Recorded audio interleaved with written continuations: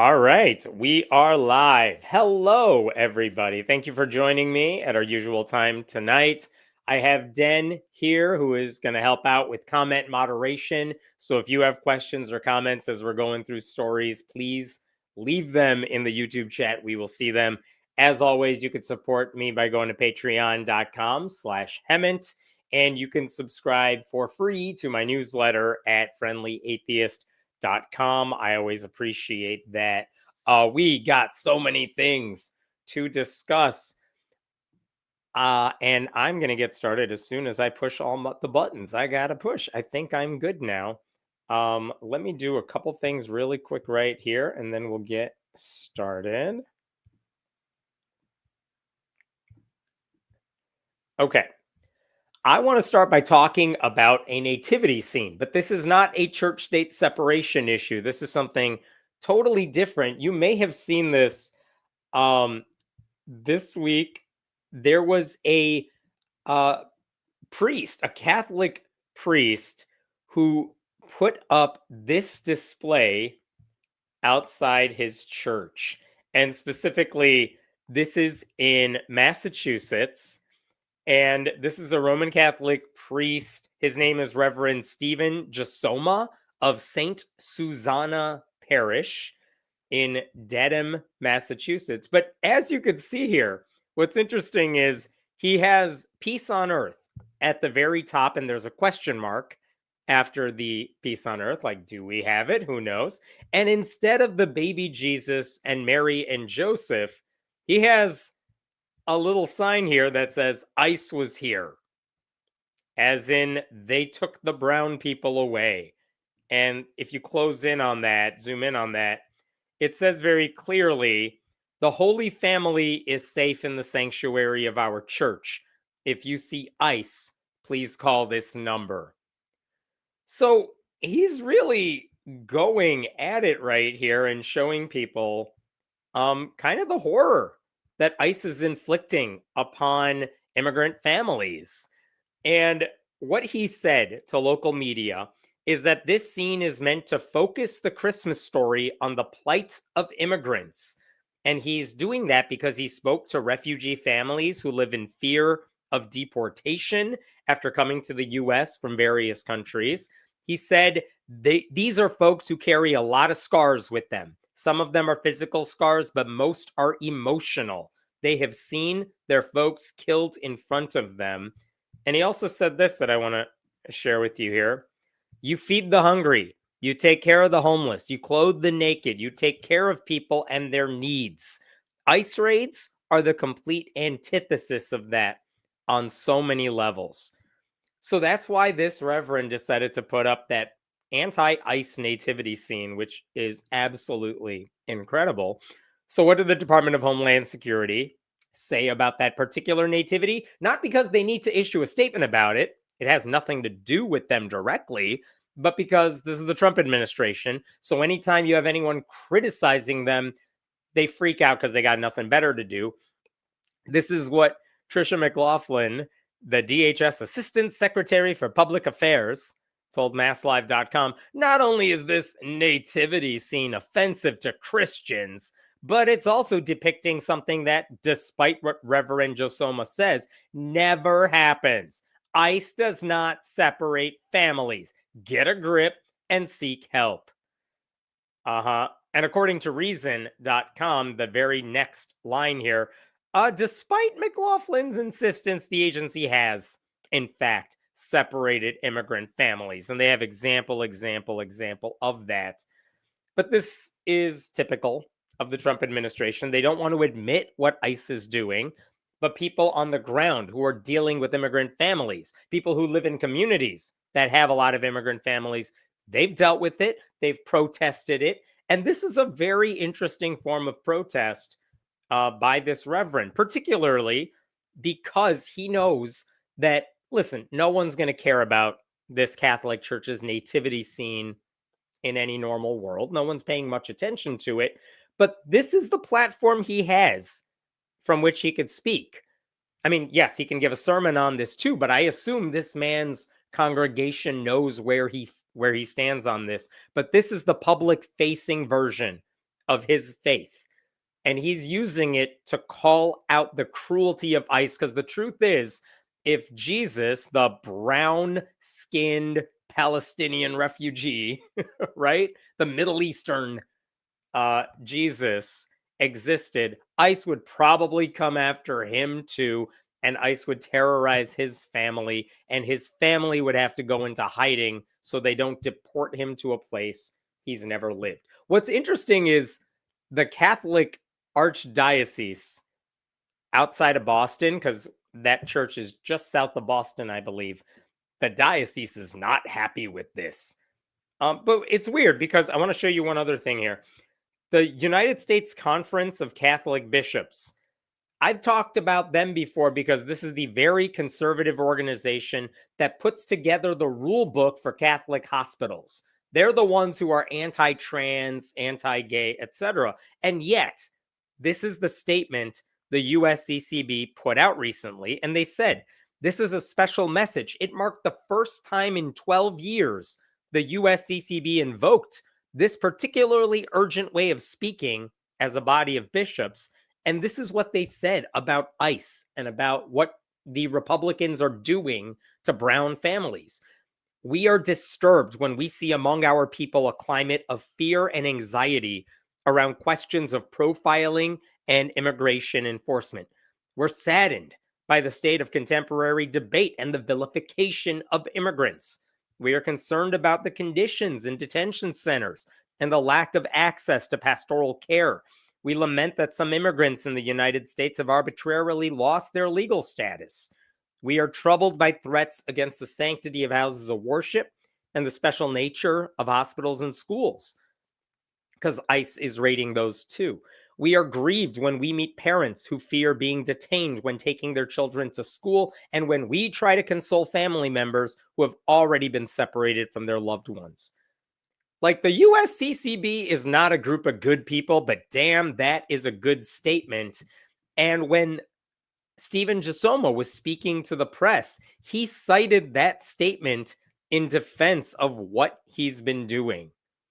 And the thing is, who's mad about this? I get that the Trump administration is mad about this because they can't handle any sort of criticism. But it's amazing to see how many conservative Catholics are mad. This is an article from a local news site. But look at this. This is from the executive director of the Catholic Action League of Massachusetts. This is a case of a dissident priest who has a long history of these kind of crackpot political stunts, says C.J. Doyle. He says he received a call from one of the parishioners of St. Susanna to complain about the display. This is not right. It's divisive. It's disrespectful. It takes away from the essential Christmas message. You know what's divisive and disrespectful? Everything ICE is doing, so shut the hell up. But okay, that's some random group that's like some local Catholic group that's getting mad about it. Who cares? But this is where it gets interesting. Like I said, the Archbishop is getting mad about this too. This is an article from the where am I going? The National Catholic Register. Look at what the Archbishop of Boston said to them. The people of God have the right to expect that when they come to church, they will encounter genuine opportunities for prayer and Christian worship, not divisive political messaging. I'm going to pause there. Catholic worship and Catholic Mass and the Catholic Church writ large, they do a lot of political messaging. Anti-abortion, anti-LGBTQ, anti-IVF treatment. All they do is political messaging. But apparently when it involves defending brown families, oh no, that's divisive.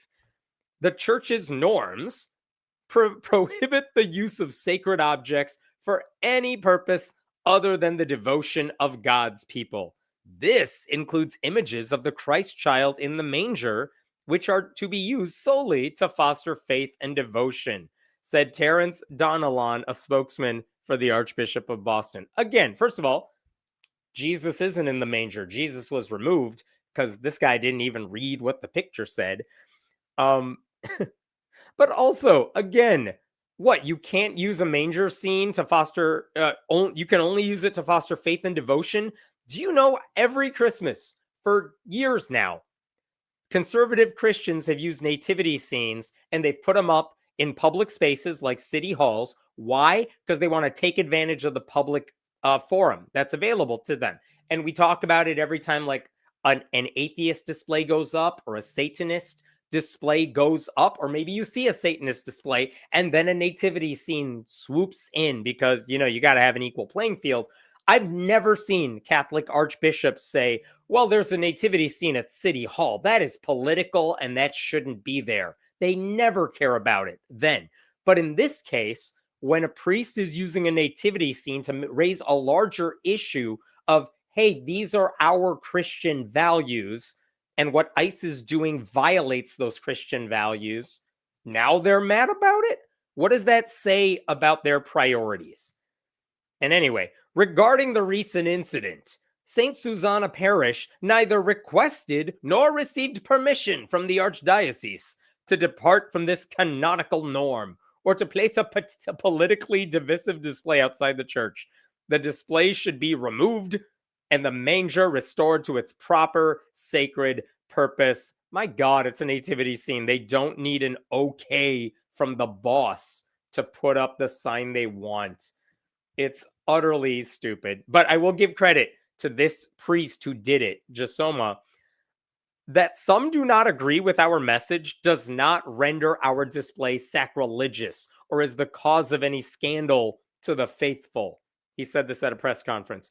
Any divisiveness is a reflection of our polarized society, much of which originates with the changing, unjust policies and laws of the current U.S. administration, not emanating from a nativity display outside of a church in this city.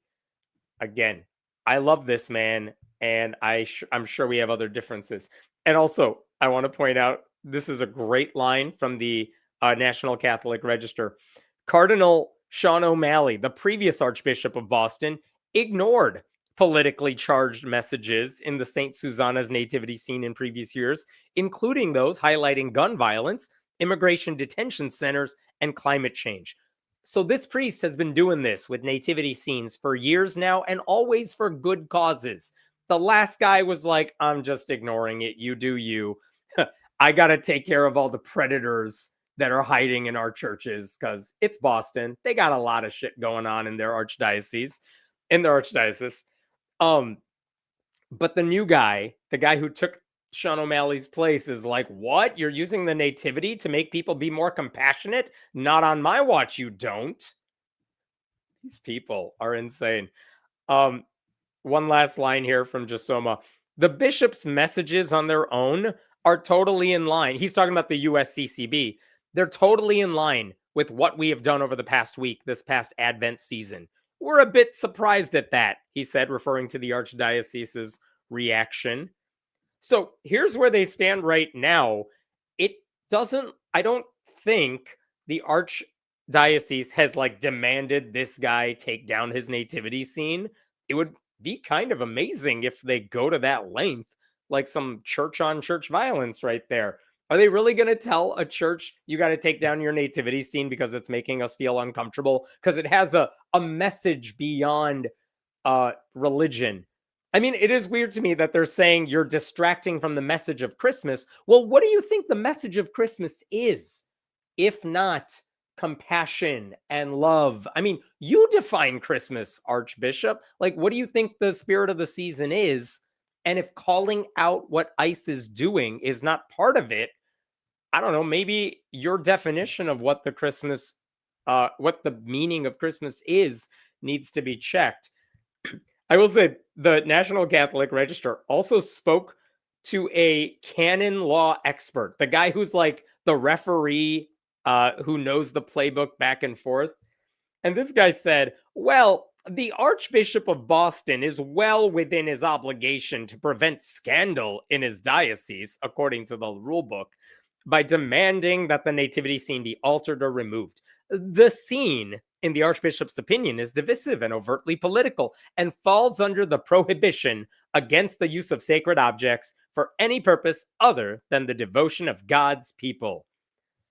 I would argue they're using the nativity scene to inspire the devotion of God's people to do what's right and just instead of letting Republicans terrorize brown families. So, how do they pull out that nerd to say, hey, can you give me a reason not to like this? Anyway, I just want to say, usually every time I talk about nativity scenes, it's in the context of a church state separation thing. And I don't care what people do in their private yards. I don't care what churches do with nativity scenes. But it's rare that I get to talk about when a nativity scene is being used for good. And this guy in Massachusetts is using his nativity scene to address a broader issue that he says Catholics ought to care about, and that if you did actually take your Catholic faith seriously, you would be right in line with his position that what ICE is doing is cruel. Like, I love it. Good for this priest. I hope he stands up against whatever the Catholic Church is slinging his way. But from an atheist to a Catholic, I appreciate what that guy is doing. I wish more priests, I wish more churches had the courage to do this holiday season what this guy is doing in Massachusetts. I will leave it at that. What questions do we all have here? Thanks for becoming a YouTube member. Appreciate it. This is the third or fourth church nativity I've seen with a similar theme. Yeah, I mean, he's not the only one, but I wish there were so many more. Like, by all means, the only reason people are looking at your nativity scene this time of year, it's not like it's something we haven't seen before. So if you have it out there, make use of it.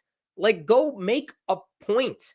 Talk about these things that so many pastors and priests these days lack the courage to talk about, which is that everything Trump is doing is a disaster. And in this case, it's downright cruel. Like, if you're not using your leadership position to speak out against obvious cruelty, what the hell is the point? If you're a priest and you can't even show compassion in this way, why are you being a priest? What's the point of getting people to believe in Jesus and join the Catholic Church if, oh, I'm sorry, being compassionate, that goes well outside the bounds of what we stand for? It's ridiculous.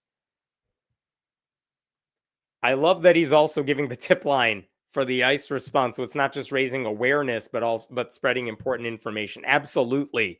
Yeah, they're giving, here's the number you call if ICE is in the vicinity so people can, raise awareness, so we can get people out of the way, get them safe. I also appreciate, by the way, what Zoran Mamdani did this week when he made a video. He's not the only one to do this, but he made a video basically saying, here are your rights if ICE comes your way. And everything he said was legal. He's like, you can't interrupt what they're doing, but they need to show you this paperwork.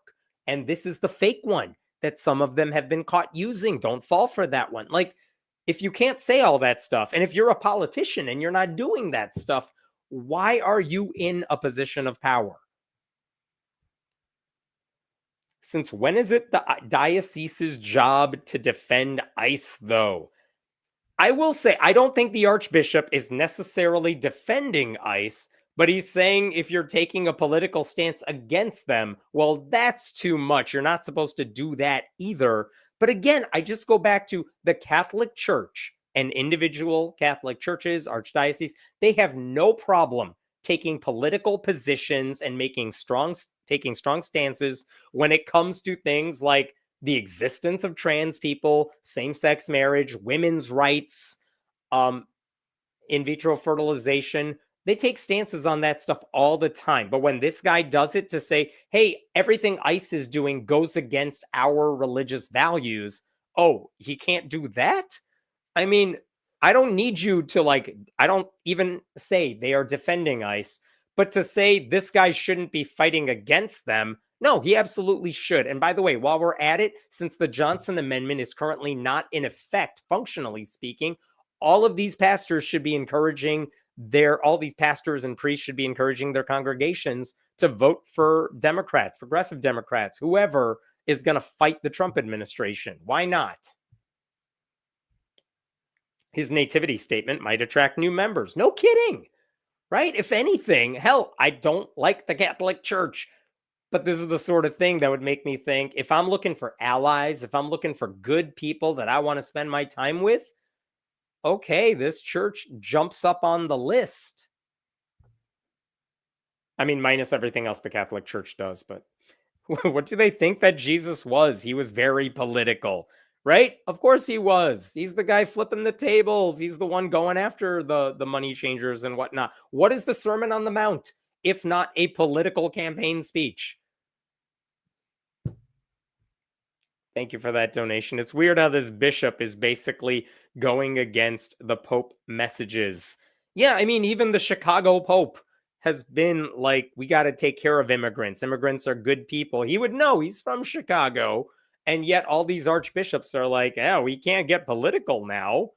This isn't politics anymore. This is basic humanity. You can speak out against people being inhumane. It's okay. Can you put Herod Momoa from last year's nativity on the screen? That is great. I need to find that, but that is funny. There was a picture of like basically Jason Momoa in a nativity scene last year, and we talked about that. That might have been in Iowa, I think. I need to find that. It'll take me a while. But yeah, go look that one up if you have no idea what we're talking about. All right, I'm going to jump to another story. Give me a second here.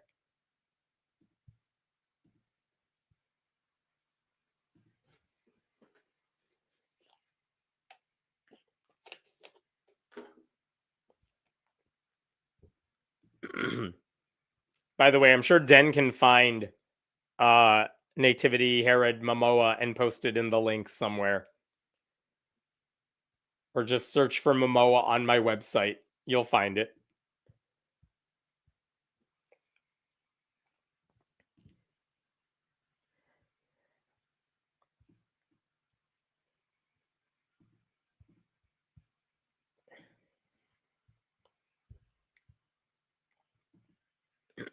All right. I have no idea what those are. All right. This is a wild story coming out of the state of Maine. And basically, the gist of it is that the Maine Supreme Court will soon decide whether a father has the right to veto which church the mother takes their child to. And the mother says, if you give the dad veto power, you're infringing upon my religious rights. And this is a fascinating situation here. Okay. So the mother in question is this woman right here. Her name is Emily Bickford. The father in question is a guy named Matthew Bradeen. And they have a 12-year-old daughter named Ava. And basically, I don't need to know, I don't care to know the situation between the father and the mother, but they had this child well over, a little over a decade ago. They were never married, and then they decided to separate. It happens. Okay, when they separated and they had this child, they agreed to share parental rights and responsibilities with regards to religious education and upbringing. So, anytime you get separated and there's a child involved, you got to figure out the custody agreement. And whatever it is they worked out between themselves and their lawyers and whatever, they decided when it comes to religion, we will make the decisions together. Okay, fine. And you know what? For years, none of that was a problem until 2021, because the mother, Emily Bickford, she began taking Ava to Calvary Chapel, which is a church in Portland, Maine. Okay, again, maybe that's not a problem either, but Bradeen soon noticed some changes in his daughter after she began going to this church, harmful ones. And so he asked the judge, hey, can we modify that custody agreement? Because I think I need either more control or total control over her religious upbringing because she's in a bad place right now. And that's a big ask for a judge to say, I'm going to modify your parenting agreement to do that. So he had to make some pretty good arguments as to why he deserved to have total control here. But guess what? In 2024, that is what a judge agreed to. It was an 18-page ruling. I will show you to you right here. In this ruling, a district judge basically said last December, you know what? All the reasons Bradeen is giving me here, they're really compelling. And I think he deserves to have control of Ava's religious upbringing. So I'm not going to read you like that whole decision, but it boils down to a handful of issues. Number one, Bradeen argued that the church's teachings were frightening and psychologically harmful. And he basically said the pastor of this church routinely delivers sermons where he's preaching fire and brimstone. He's talking about hell and hellfire and the way everyone's going to suffer if they don't accept Jesus. He talks about burning and torment. He focused a lot on the book of Revelation. So the Antichrist, all that stuff. And apparently, all of this scared the bejesus out of Ava. So she started having panic attacks. She tried to convert her father every time she was spending time with him. And she kept asking her dad, why aren't you going to heaven? Because the priest says you're not. And basically, the dad is saying, my daughter is experiencing fear and anxiety because of the church's teaching. And it didn't help that Ava went to this church a lot. They had multiple services during the week. They had multiple services on Sunday. And the mother, Emily, was taking her daughter to like all of them. On some of the Sundays, Ava apparently had to listen to people testify about how Jesus saved them from sexual and physical trauma, gay and lesbian relationships, oh no, and infidelity. And yet, despite all of this, whenever Ava was with her father never said, your mother's wrong, your mother's brainwashed. He basically just told Ava that different people believe different things, and he doesn't agree with the mom. Okay, so that's the first reason this was a problem.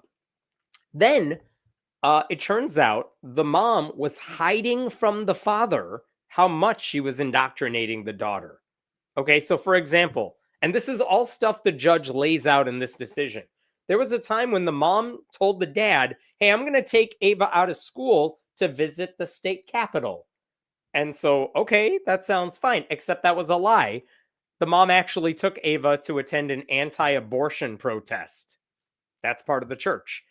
She also apparently sent Ava to a church-sponsored overnight retreat without telling him.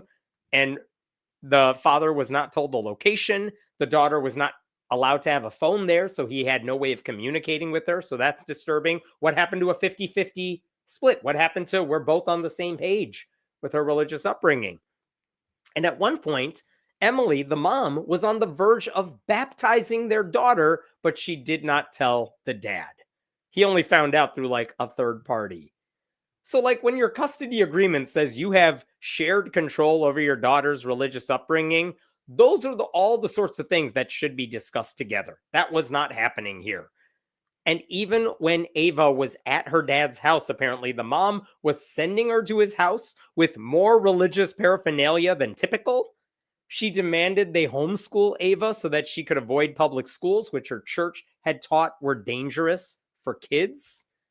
I really do appreciate this line from the judge right over here, which I will show you. Look at the top of your screen.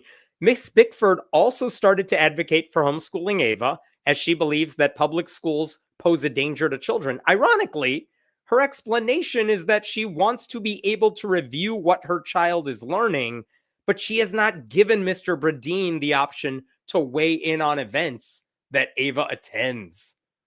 Oh, so the judge is catching on to what the dad has been thinking this whole time. Okay, so that was the second thing the judge was like, yeah, this is problematic. Here's number 3. There was an expert witness who testified in this custody battle. And at one point, they brought in this person. Her name is Dr. Janja Lalich. But all you need to know is this is an expert on cults and like closed social networks. And basically, when the dad and his lawyer said, we'd like to bring in this person who understands how this church works to testify about it, the mom's side did not object. They did not have a problem with it. After this witness spoke to the judge, the mom's side is like, can we like erase everything she just said? And the judge is like, no, it's too late for that. You had your chance to object earlier. You did not. But what did this doctor say? Specifically, the doctor said that closed social systems like this church have certain things in common. They have a charismatic and authoritarian leader, and that person cannot be questioned. They have the promise of salvation. They have a demand for loyalty. They also promote hateful rhetoric against science and public schools and homosexuality. And she was not saying this church is a cult. Never said that. She just said, I know cults. And there's a lot of things that cult-like groups like have in common. These are some of the things they have in common. The church does these things. So yeah, the church is a pretty disturbing place to be. And specifically, what that expert said is that that kind of indoctrination could have a serious impact on a developing child. It might fill her with inferiority or doubt. And it's also clear that Ava does not have a say in this. She is pressured to comply and conform. Okay, so that was the third thing. Number 4, the dad said the mom's new church is basically causing her to make very bad medical decisions for our daughter. So there was a time when Ava was up to date on all of her vaccines. She had an inhaler that she used for allergies and asthma. But after they joined this church a couple of years ago, the mom, Emily, she became an anti-vaxxer. She rejected COVID shots. She rejected flu shots. And she even fought Matt when he wanted to give their daughter the HPV vaccine, which is something you want girls to get when they're like 11 or 12. So all of this also extended. The anti-science mentality extended to antibiotics too. At one point, Ava got pneumonia. Well, you need antibiotics for that. Bickford, the mother, would not let her take the proper medicine to treat it. And the only reason she got better is because Ava's doctor was like, I think there's an alternative she could take, and maybe that passes the mom's test. And thankfully it did. But like the primary medicine the doctor wanted to give Ava, the mom's like, no, you're not getting it because she's anti-science now. What about Ava's anxiety that she was actually experiencing? Not hypothetical, like she was experiencing anxiety. The mom never even considered allowing Ava to see a professional about that because she doesn't believe anxiety is a real thing. She believed prayer alone would solve any medical issues, and that she argued mental health care was a hoax. In short, the dad's decision making when it came to medicine and health, the judge saw that as more rational and more in the interest of Ava's health, in her best interests, than the mom's decision making. And here's the last thing I wanted to point out. This is unbelievable. Shortly after their custody trial began in front of that judge last year, it turns out the mom took Ava to that church. And the pastor of that church, Travis Carey, he said, I want to say a little prayer right now to open our church service.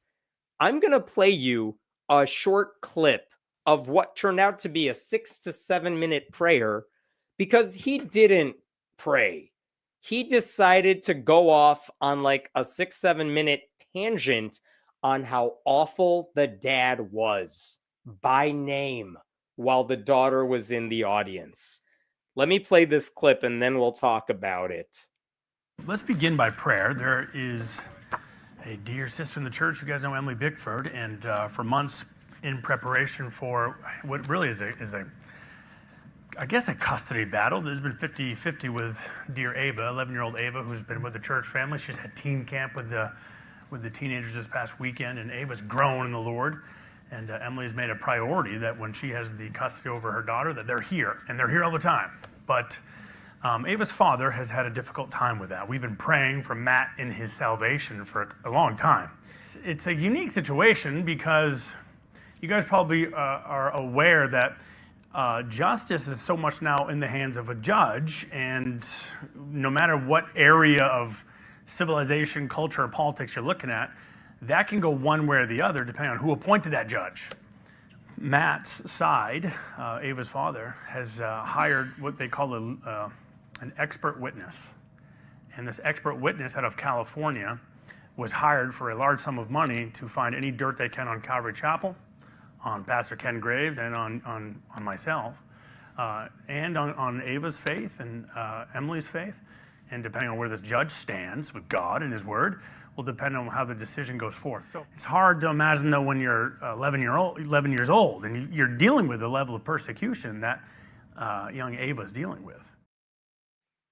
So this guy is just talking about the case openly, just trashing the father on stage, not just in like in spiritual terms. Did you hear what he said? Like, Ava's father has a difficult time with that when they come to church. We've been praying for his salvation for a long time. Oh, that father hired an expert witness who's hired for a large sum of money to find any dirt they can on us. How the judge rules is entirely based on whether or not where that judge stands with God. As if like an atheist judge would inherently be biased or something against the church. And he pointed out too, Ava is dealing with a level of persecution. Like, oh my God, what the hell? The judge was so appalled by that sermon. Check this out. This is page what? 8 of 18. Look what the judge did here. The prayer involves several minutes of Mr. Carey's reflections on the custody battle and what it meant for Miss Bickford and Ava, referring to them by name. Contrary to Miss Bickford's belief, it was objectively inappropriate for Ava to hear Mr. Carey's comments.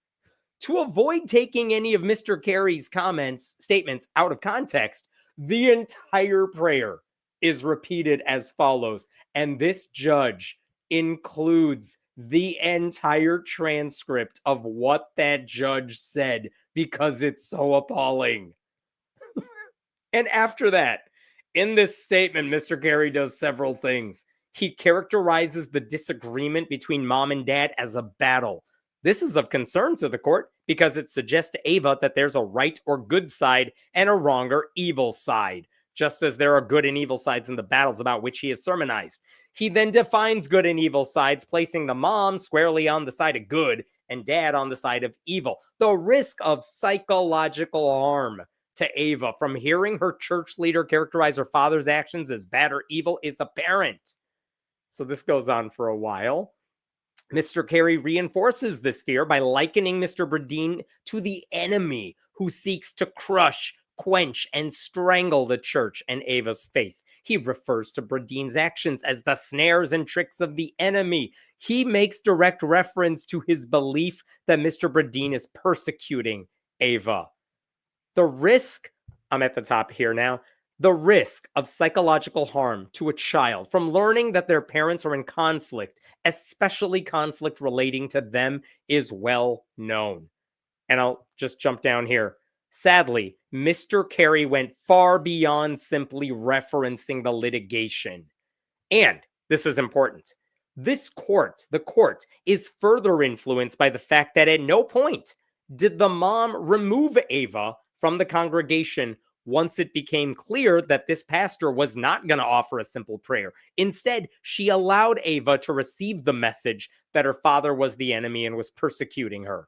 The court finds that more likely than not, Ava's receipt of this message delivered with the blessing of her mother was psychologically detrimental. Holy shit. That is unbelievable. I mean, I've never seen a judge be like, hey, the pastor said something weird. Let me just reproduce the entire thing right here. So, after considering everything I just told you, the judge came to the only logical conclusion, right?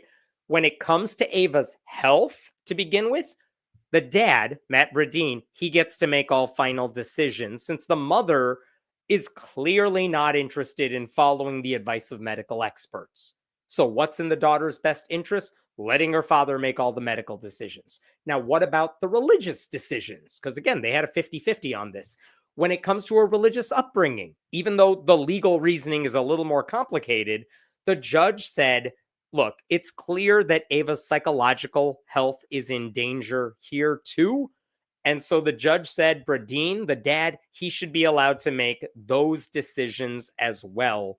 And this is specifically, if I could pull this up here, This is what the judge said about that. Let me show you this at the top of your screen.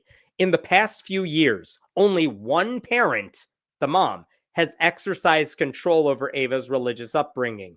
The court finds that the mom's unquestioning loyalty to the church and abdication of independent decision making has placed Ava in situations where she receives messages that pose an immediate risk of significant psychological harm. Further, the court finds that due to her level of commitment to the church, there is little to no room for the parties to co-parent on religious decision making. So how can you have a 50-50 shared agreement when it comes to religious upbringing if the mom isn't involved in any of the decision making? Because the contract is not between the dad and the church. It's between the dad and the mom has made it clear, I don't make the decisions here. That guy you saw on stage does. So the judge pointed out, after all this, here we go. Let me make sure I'm getting this right.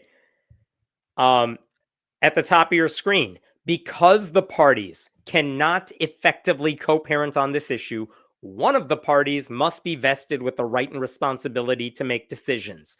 The mom has handed over that right and responsibility to the church and is no longer exercising independent decision-making regarding the messaging that her daughter receives. Accordingly, this factor weighs in favor of allocating decision-making to Mr. Bradeen. So basically, the dad gets to do it. There is some slight legalese that is also here, which I will show you just in case you're a legal nerd. Accordingly, the court concludes that a narrowly tailored restriction of the mom's rights is as follows. The dad is allocated the right and responsibility to make decisions regarding whether Ava attends any services, gatherings, or events associated with Calvary Chapel, whether and what material, literature, video, or other messaging associated with or created or published by Calvary Chapel she reviews, and whether she associates or communicates with any member of Calvary Chapel other than her mom.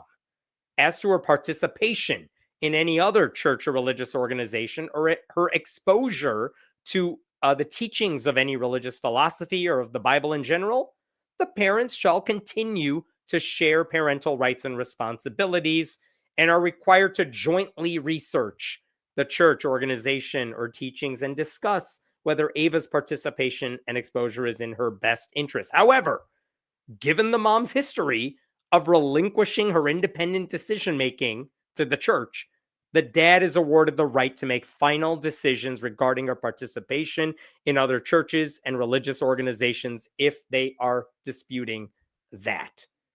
Okay, so as you can see, this is not just some anti-Christian decision.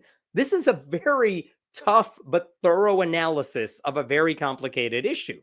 Like, the judge weighed the extremism of this church's beliefs, how it's quite literally harming Ava, and the judge came to a very thoughtful, reasonable decision. Notice, they did not say, you're not allowed to read the Bible, you're not allowed to go to another church. Nothing like that. The parents still share custody and decision-making powers on that regard. But when it comes to this church, Calvary Chapel, no, it's very clear this church is a bad influence on this child. And that seems reasonable. Okay. And I also want to be clear, the mother still has contact with her daughter. They didn't say, we're removing her from mom's custody. The mom is evil. Nothing like that. Only with regards to medical and religious decision-making. So, when that decision was handed down a year ago, this month, it honestly didn't make that much news, because why would it? Why would some couple's custody battle make the news anywhere else? It shouldn't. It didn't. But it created a firestorm in the conservative Christian cinematic universe, because the right-wing legal group Liberty Counsel, the same people who defend Kim Davis, the 4-time married Kentucky clerk who wants to preserve the sanctity of marriage by denying same-sex marriage licenses. Liberty Counsel's like, oh no, the Supreme Court ruled against Kim Davis. We need a cash cow. So they decided to jump on this case, and they decided to make it their next culture war battle. And for months now, they have been fighting to overturn that judge's decision and they recently got the Maine Supreme Court to consider their appeal. And not only that, I got to show you this. The insanity of Liberty Counsel's emails, which, by the way, I'm on their mailing list. I don't know why, I don't know how, but I get all of their emails, including their fundraising emails, and each one is more insane than the last. But I got to show you some of these fundraising emails. This is from October. If I can find it here. Here we go. Maine Supreme Court to hear oral arguments. Look at the highlighted bit here. Liberty Counsel is headed to the Maine Supreme Court to overturn this outrageous child custody order and the religious freedom of the mother and her daughter. Judges must not be allowed to prevent parents from taking their own children to church. Give us money. No one's stopping the mom from taking her child to church. Just not this one, because it's harming the daughter. But you see how they're spinning this. Here's another fundraising email from a few weeks ago. Maine, look at the headline. Maine judge bans 12-year-old from church, Bible, and even from her Christian friends. All of that is bullshit. She can't attend this one church. No one said she can't read the Bible. No one said she can't attend another church. And honestly, the dad has the power to say, okay, if you have friends from the church who are like your age, you can hang out with them. The dad can do that. No one has banned the girl from anything. But look at what this fundraising email says. Imagine being forbidden to read the Bible with your daughter, pray with her, attend Easter or Christmas services, or even allow her to hang out with her friends from church. Yeah, you have to imagine it, because that's not what's actually happening in this case, because the Christians at Liberty Counsel are liars. Apparently, nothing in the Ten Commandments taught them to tell the truth. If this ruling stands, it will set a dangerous precedent for all future child custody cases. No, it won't. Allowing non-believers to block fit parents from raising their children according to their Christian beliefs. Do you see how they are distorting everything that is going on here? I don't even know if Matt is a non-believer, but clearly, based on what we heard, and from the mother's medical decision-making things, she's clearly not a fit parent in that regard. So I don't know where they're getting that from. And also, no one is stopping anyone from raising this child in Christianity. No one's doing that. That's something these people made up because the truth hurts their narrative and their fundraising abilities. And do you see this right here? That's literally them saying, give us money so we can go to court. I'll show you one more right here. This is also from November. Court order prevents mom from taking her daughter to church or even reading the Bible. And I just want to scroll down here. The judge found that Emily is a fit parent, except for the fact that she is a Christian.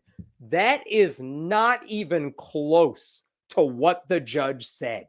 You know that because I literally read you what the judge said. Apparently, the lawyers who work for Liberty Counsel don't know how to read a judge's decision. And me, an idiot who's definitely not a lawyer but knows how to read, saw what they didn't. The judge mocked Ava and Emily's faith. Oh, this is unbelievable. This is something Liberty Counsel has been harping on for some time now. The judge mocked Ava and Emily's faith by purposely refusing to capitalize the word God, something I have never seen. The judge even chastised Emily for allowing the church pastor to pray for Ava. That's not what the pastor did. I showed you the video. And the judge ruled that Emily could not take Ava to any church unless Matt approves. And Matt has steadfastly refused to approve any church. I know you think they're not, this idea that they did not capitalize God in the judge's decision like, I want to go back to that decision for a second, because if you look for the word God, this is what you end up finding here. Like, okay, the church teaches that people can only be saved by meeting God on God's terms. That is an accurate depiction of what the church believes. What else? Miss Bickford's response was that she lived under God's law. Because the pastor is only accountable to God, the members cannot question him. Like, she's just stating what the church believes and what the pastor says and what the mom says. And Liberty Counsel is like, excuse me, I know what some of our members believe, but we swear we're only grammar Nazis over here. If you don't capitalize the word God, that is the worst form of persecution we've ever experienced. I know you think that's not that big of a deal, but because I like going down crazy rabbit holes, I watched the 30 minutes in which these two sides presented their case to the Maine Supreme Court because I don't have a life. And Liberty Counsel made such a big deal of the lack of capitalization of God. Like it was their main argument for why this judge was biased and why that decision should be overturned. Um, I also want to show you this is how bad the journalism has been around this matter. Like, it's not just Liberty Counsel spreading this propaganda. Look at the headlines. This is from the Christian Post. Single mom battling custody order, barring her from taking daughter to church. Like, that's not exactly what's happening. And I will say, the Christian Post, generally, when it comes to religion stories, they do a decent job of reporting on it, but that headline is unfair. But look at them. They just gave space to Liberty Counsel's founder, Matt Staver, to just tell lies. Calvary Chapel is not a cult. Which, listen, the second you have to say that, you've lost that battle. But also, no one said it was a cult. No one, including the expert they brought in. Calvary Chapel is not a cult. The custody order banning Emily Bickford from taking her child to a Christian church because of its biblical teachings, that's not a thing. That's not what the judge said. Violates the First Amendment. Like, they're just lying because if they told the truth about what the judge said, no, it's insane. There's another website, Focus on the Family. They have a site where they comment on legal news. Look at what they said about this case. Parents, this is an op-ed, parents should be allowed to take children to church. We are so far beyond what this case is about, and these people are just making shit up. As if a judge said they won't allow Christian parents to have custody of their kids anymore. Like, that's not what's happening, but all of you are liars. So anyway, what else is there to say about this? This case was heard in front of the Maine Supreme Court just like a couple of weeks ago. And really, Liberty Counsel is asking the Maine Supreme Court to overturn that decision from last year. They said this all boils down to a single question. Does a district court have the authority to prohibit a parent from taking her child to church? Which is not the question because the order did not ban her from taking her child to church. Legally, their argument is that religious beliefs don't have to be logical to warrant First Amendment protection, which is funny because they're almost admitting the church's beliefs are illogical. But anyway, this is their argument. Their entire thing was like as if they never read the judge's decision. They just looked for a handful of buzzwords, blew them out of proportion, and basically argued that any insane belief, as long as you say it's in the name of religion, has to be respected. And this judge, the earlier judge, did not respect it. One of the funniest things in this, I mean, it's a long, boring oral argument, so I'm not going to share a clip with you. But at one point, one of the justices asked Matt Staver, so like, what's an acceptable line regarding when a church causes harm? Because you're basically arguing that you can't say this church causes harm because of its religious teachings. Well, is there ever a line that can be crossed? Can a church ever go too far? And Matt Staver responded, well, if the church sexually abused a child, of course, that would be a bridge too far. And the judges were like, okay, but like anything else? And Staver did not answer. And I don't think the judges like that on the Supreme Court. Matt Staver also pointed out, like, he's like, I have some cases that my side has won, and this is legal precedent that you should follow. And he's like, there's a church that there was a custody battle that involved taking a kid to a snake handling church. And the judge said that's okay. And there's another case in which a kid was supposed to go to a church where you have underage brides. And the court said that's okay for the child to go to. Mind you, in both of those cases, the child did not handle a snake, and the child was not asked to be an underage bride. But Matt Staver's like, look, these are people on my side, which again, I don't think is the flex he thinks it is. So from my non-expert vantage point, I don't think the Maine Supreme Court justices were really going for what he was selling them. And they noted that the lower court's decision, they documented actual harm to the child, not theoretical harm. They're saying like she has anxiety, she has panic attacks, and shouldn't that be taken into consideration? And Matt Staver said, nope, that's not sufficient.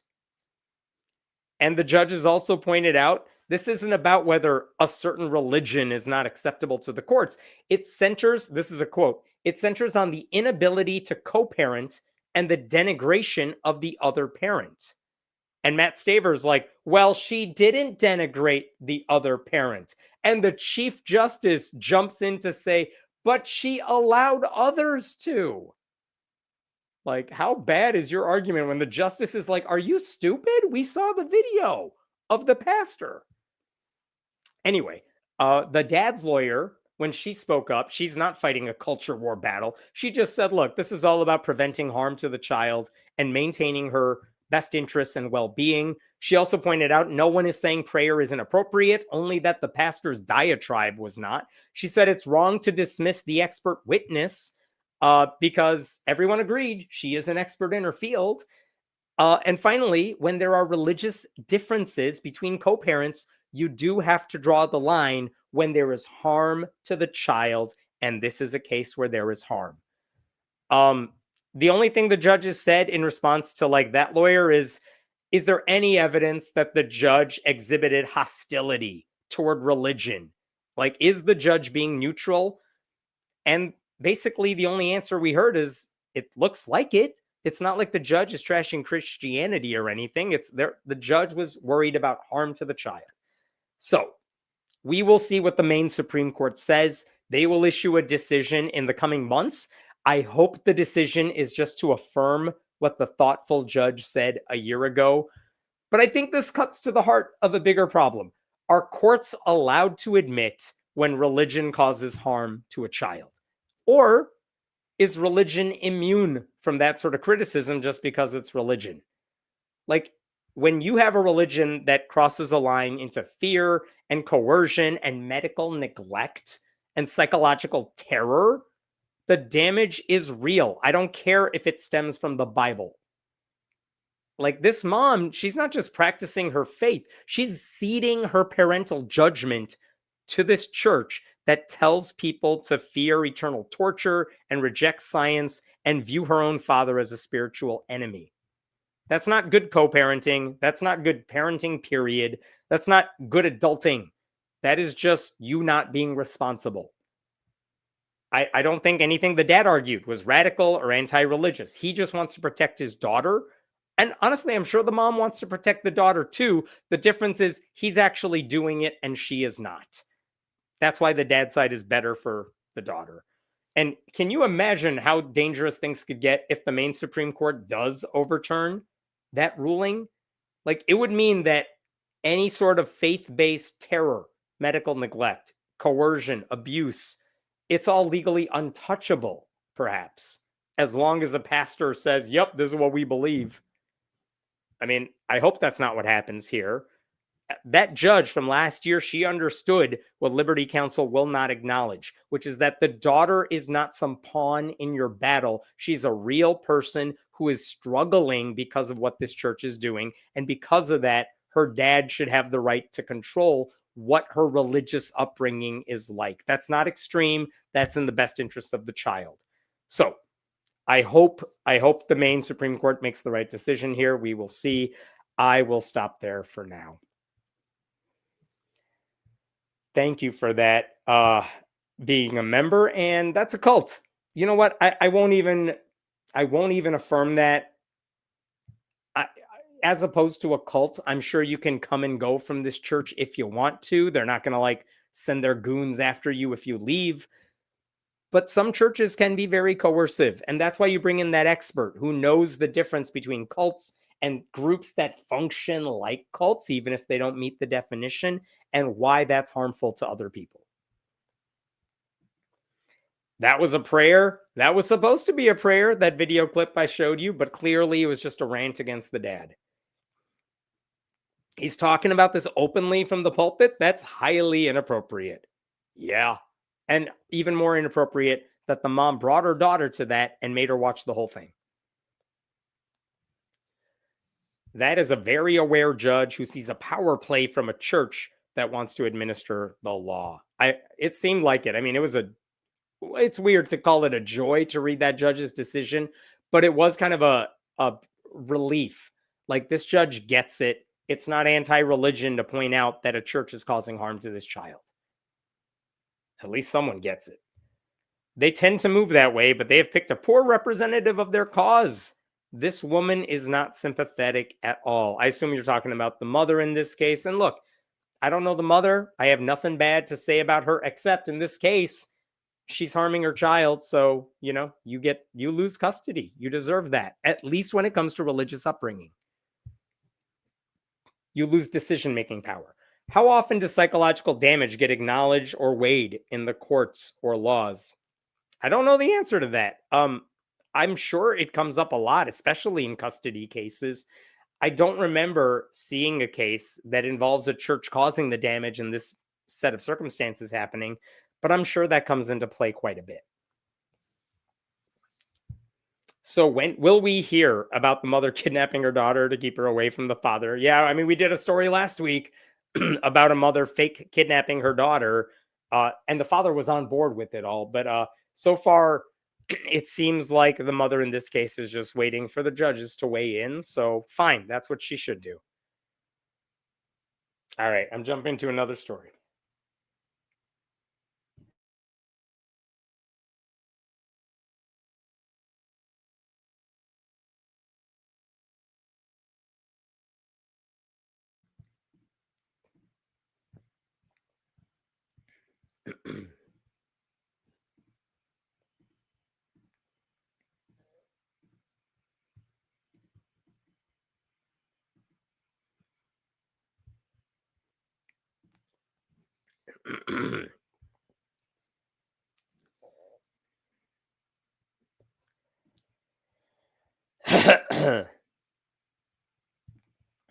All right, I think I'm good.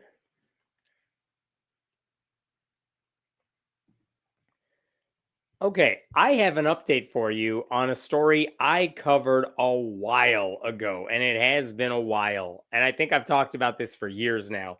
So, this story involves this dude right here. His name is Chris Avell. I don't think he's a bad guy or anything, but I'm going to tell you the story of this dude in case you forgot. Basically, a few years ago, around this time of year, this is in the town of Bryan, Ohio, just outside Toledo. This guy owns a business in that town, and he's thinking it's cold outside and I want to take in people who have nowhere else to go, who don't have a shelter. And that sounds like a very kind thing for him to do. The thing is, he owns a business and he's in a business district. And in theory, when you are in a business district, you cannot have people sleeping inside your store. And the thing is, he said, well, I'm going to convert my store to a church. Can I get permission to be like a store / church? And the city gave him permission to call it a church. And then he started bringing people in to sleep there. And the city's like, that's not what you're allowed to do. And they went after him for that. Basically, I want to show you a couple things here. This is his business. As you could see in this picture here, this is an actual homeless shelter. It's called the Sanctuary.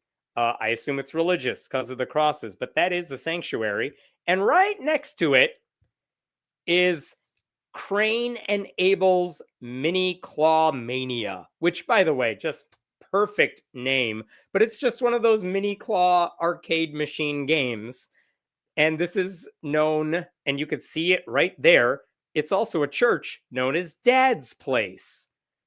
So this guy owns a little mini arcade that is also a church. And he started inviting people there because I guess the homeless shelter next door did not have enough room for people or something. And it was cold outside. Honestly, at the time, there were opinion pieces in local newspapers saying what this guy did seems like a humane no-brainer.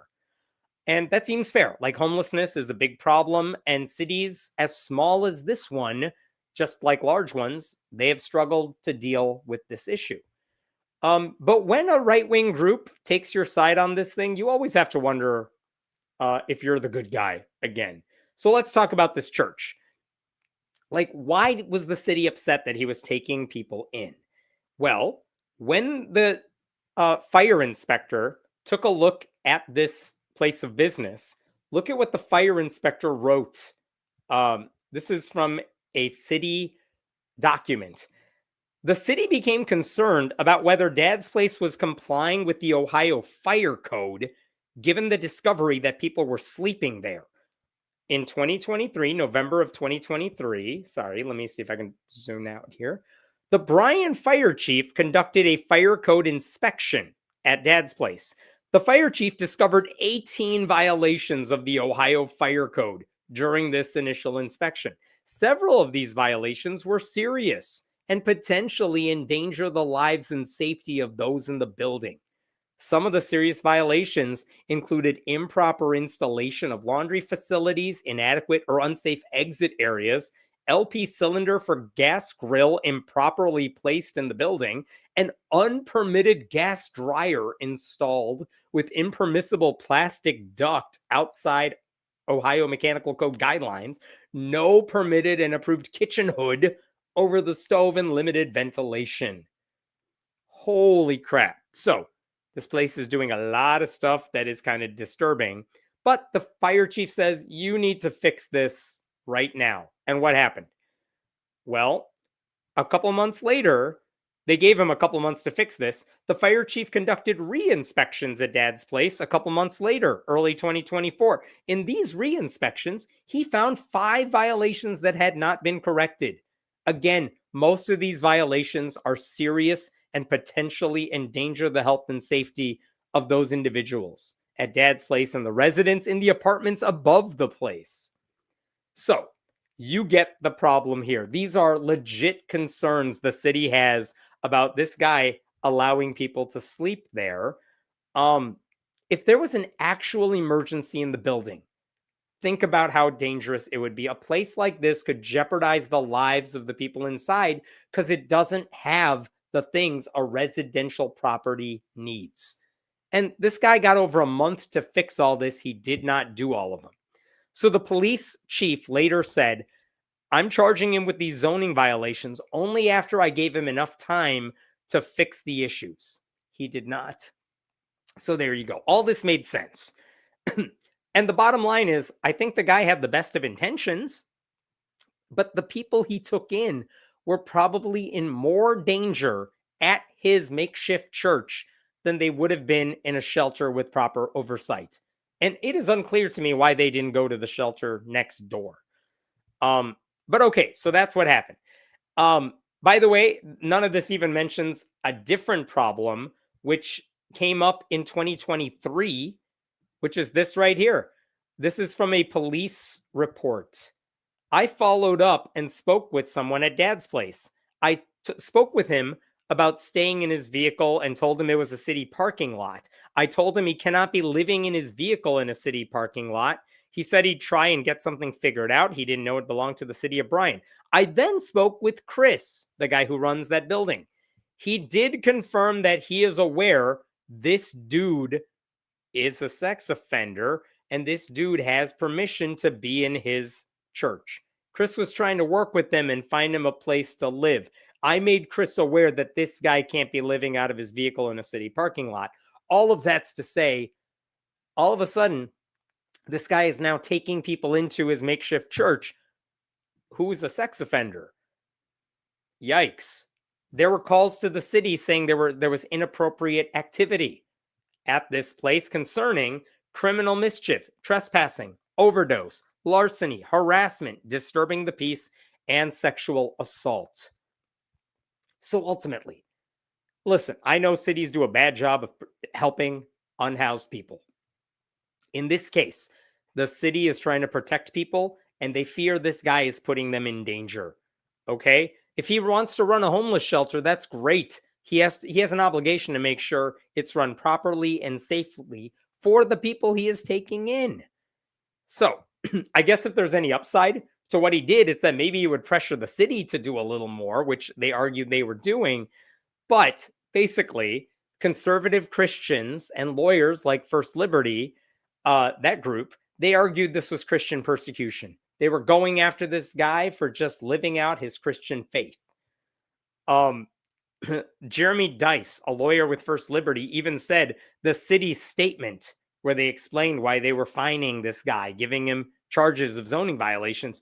It is filled with half-truths and malicious innuendo designed to vilify the most desperate and downtrodden in their community, which is bullshit. It's not like the city made up new rules to go attack this pastor. Their rules were like, maybe have properly functioning smoke detectors. That would be nice. Just because this is a church inside a video arcade does not mean it should be exempt from fire codes for the sake of the people they are trying to help. So, First Liberty sued the city on behalf of this church. And the two sides got together in February of 2024, and they agreed to a compromise. The city said, we will drop all the fire code zoning violations against you as long as you get the proper certifications and get the necessary permits. Guess what happened? Chris Savelle did not do that. And so the city's like, okay, we did not want to do this, but we have to do this. We have to punish this guy because he's not living up to code. In fact, at one point, the mayor of the city even said that this whole dispute had led to her own children being harassed on social media. First Liberty then filed a restraining order to prevent the city from punishing Chris Savelle in any way. That didn't work. A judge sided with the city last December and said the city is allowed to punish this guy. They've given him enough leeway here. And that was appealed again. And now it was in front of the Sixth Circuit Court of Appeals. And the conservative group, long story short, the conservative group is basically saying the city has no right to punish this guy, attack him for violating zoning violations, nothing like that. He should be allowed to ignore it all because he's a Christian and he's just living out his faith. So, after all this, I'm just going to skip ahead here. The big news that just came out a couple of weeks ago, and I'm finally getting to this now. You could see the date, November 21st. The Sixth Circuit Court of Appeals finally weighed in on this. And I am sorry to say they reversed the earlier judge's decision, and they're saying, no, the city can't go after this guy. And this is what they argued in this. Here, I'll show you what they wrote. The appellant, Chris Savelle, maintains its nighttime ministry is not intended to be a homeless shelter, but it's just part of his religious duty to offer a safe, loving place where he can welcome the stranger to live among the church as that person rests, recovers, and hopefully comes to know Jesus. Quoting the Bible in support for its beliefs, Chris Savelle and Dad's Place Church also maintains that its religious beliefs require it to operate its ministry in its current location because that location best meets the needs of those it serves. Finally, the church maintains that prohibiting individuals from sleeping in its sanctuary would violate its beliefs. Okay, we don't dispute your sincerity, and it's not for us to say that you're mistaken in your interpretation of your religious obligations or that its religious beliefs are illogical. Oh, man. So what about the fire code? Basically, Chris Savelle says, it costs me too much money to install sprinklers.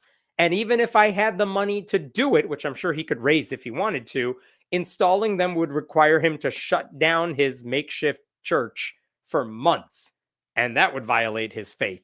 Either way, the sprinkler system requirement that the fire department wanted him to have, that they said was a burden on his practice of Christianity, and he felt he was being unfairly targeted. And the judges said the fire chief has significant discretion over applying the fire code. For example, they said, there are some buildings in the city that are really old and they are exempt from having sprinklers or something because they're super old and you can't damage the buildings that way. So it's really up to the fire chief. So the fact that the fire chief is going after this church, it's not really about fairly applying the code because there are exemptions allowed. So on that case, it seems like the fire chief is just making things up as he goes along. This is a really fascinating thing. This is how they twisted this. Check this out right over here. This is the fire chief. The fire chief appeared to change his criteria for what constitutes a sleeping area throughout his attempts to enforce the fire code against the church. Like the fire chief in January of 2024, his reports specifically identified the church's provision of cots as creating a sleeping area. The fire chief walks into the church, the arcade, and he sees these cots everywhere for people to sleep on. And he says, okay, they're totally sleeping in this place. So I'm going to fine you because people are not allowed to sleep in this place. So the church removed the cots from the building. But in a subsequent inspection, the fire chief found a sleeping area existed, even though the cots were gone, and he issued another notice of violation. And during his deposition, the fire chief explained that a sleeping area is not limited to the use of cots, but instead, one is created by essentially using bedding materials, cots, pillows, arranging furniture to create bedding areas. Do you see what they're doing here? The fire chief walked into this church. He saw some cots. He's like, people are sleeping here. They can't sleep here. So then the church removes the cots, but like puts out blankets. And the fire chief comes back and he's like, this is still a sleeping area. I told you can't have a sleeping area. And this court is like, the fire chief seems to be making up all the time what counts as a sleeping area. Oh my God. What are they doing? This is another one they said. I'm so angry reading through this. In that same deposition, the fire chief maintained that under his personal understanding, he did not believe that the presence of individuals sleeping on the premises alone creates a sleeping area, but he struggled to articulate a clear delineation between different scenarios in which sleeping may occur. For example, the fire chief testified that a person sleeping while I'm going to skip ahead here. This gets boring. Basically, the fire chief says, what if you have like a furniture store with a bed or a sofa? If someone's shopping in there and they're sitting on the chair and they accidentally fall asleep, are you going to fine that store for being a sleeping area? And the fire chief is like, no, I'm not going to fine the place for like someone sleeping because they just accidentally fell asleep or something, which totally makes sense. And then the court is using that as proof that this guy is making it up as he goes along. Like, what are we doing here? There were people sleeping at that church. That's why they're calling it a makeshift shelter. The fire chief pointed out that if people are coming into the store specifically to sleep, that seems to be the line he's using here. And instead of just admitting that, the judges are like, well, you seem to be making it up as you go along. So anyway, they basically, the Sixth Circuit Court, they said, hey, lower court, we need you to take another stab at this decision, and you got to make sure they're not overstepping Chris Savelle's religious rights. It's possible the judge could still say, well, I looked at all the evidence you told me to look at, and I still think the zoning violations and fining this guy for violating zoning violations, I still don't think it's a violation of his religious rights. But that's just a longer legal battle over something this dumb. Meanwhile, the church gets to stay open as a shelter, even if everyone inside is in danger. And the reason I'm worried about this is I think if this is allowed to stand, you are going to see more churches cut corners under the guise of compassion, and they won't realize what a bad decision that is until there is perhaps a real fire and people do, in fact, get hurt. Like, is that what we're waiting for at this point? Like, I'm sure Chris Savelle and his lawyers want this to be about religious compassion, but it's really about their arrogance because they think that their good intentions exempt them from any kind of accountability. This place, Dad's place, it doesn't meet the bare minimum standards required to keep vulnerable people alive in the case of emergencies. Like, you don't get to declare your compassion by just yelling it out loud. It's by whether the people in your care can make it through the night without falling victim to harm. And the church says it's offering sanctuary. The truth is, it is demanding some religious right to operate dangerously and without scrutiny and without consequence. Like, fire codes are good, zoning laws are good, safety regulations are good, and they exist because bad things happen when you don't enforce them. The officials in Bryan, Ohio seem to get this. The church and its lawyers do not. And that's why this is dangerous. I think the Sixth Circuit has just handed a decision that allows religious people to bypass local safety regulations. Like, what stops another place from, like, I'm opening my own soup kitchen in my place of business, and the city's not allowed to make sure my soup kitchen is safe? I mean, at what point are we just going to wait for sick people to show up on emergency room doorsteps? Like, it shouldn't take an emergency to figure this stuff out. And it's scary when religion is given this much leeway that it's just a get out of jail free card at this point. So, all right, I will stop there. What other questions we got here? Did I see gas leak further down in that article? Yeah, I think that one may have been fixed later on. But yeah, again, this place is not safe for people to sleep in overnight. So when it comes to laws, everyone is equal, just Christianity is more equal than others. Yes, now you understand how our legal system works in the US. Yes, exactly. Religious freedom for everyone, but especially for Christians. This is turning into, is a hot dog a sandwich? Except if you say the wrong thing, people may die. And that's what the church is fighting for. I'm getting so sick of hyperbolic speech and just outright lying about what was said or written. Seriously, it's such a hallmark of these right-wing lawsuits these days. We saw it with the Ten Commandments lawsuits, which we've talked about before. And it's disturbing that courts are letting them get away with it. I mean, famously, remember that football coach in the state of Washington who wanted to hold these big performative prayers at midfield after football games? And when Neil Gorsuch wrote that decision saying that's fine, that's not violating any rule, everything he said, the facts of the case, were just wrong. And Sonia Sotomayor called him out in her rebuttal. She said, everything you're saying is a factual lie, but apparently that doesn't matter because you're just going to give Christians the outcome they want. How do you feel about Pam Bondi going after anti-Christian channels? Yeah, I mean, Pam Bondi recently put out a statement allowing the Department of Justice to go after anything perceived as anti-Christian, but the rules are so vague that it applies to like everyone and no one. And part of me thinks it's just performative, it's symbolic. She just wants to show the Christian right. She's one of them. But until I see how they're actually going to implement those rules, I find a hard time getting worked up over the stuff the Trump administration is doing until we see them put it in action, because so much of it is just performative.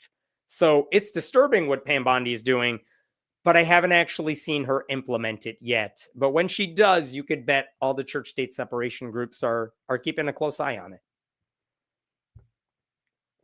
I just want to say, you rock, brother. Keep up the fantastic work. Always love from the West Coast. Thank you for watching. I appreciate that. All right, another story coming up.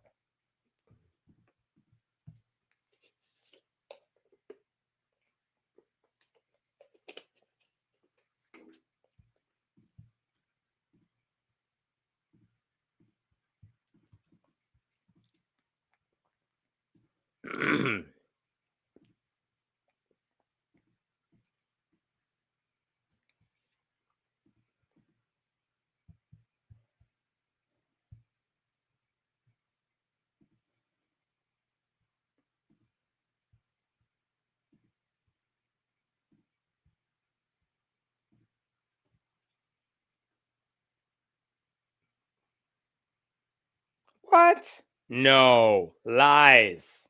I did not know that.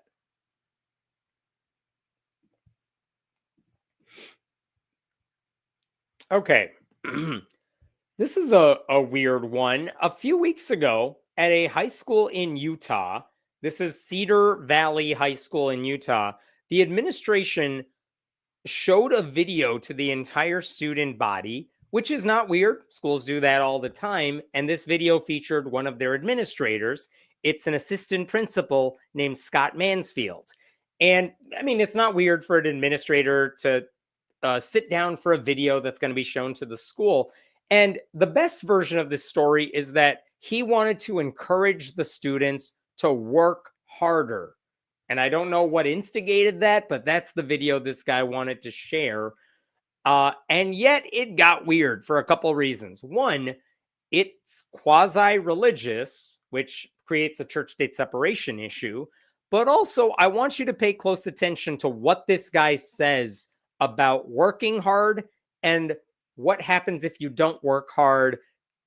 This was a 3-minute video. I'm going to show you about half of it. And by the way, I want to point out, this video was later posted on Instagram by the high school and its audiovisual department. So it really does have the school's stamp of approval. They're fully behind this. It's not like one dude is going rogue. Okay, here's the video.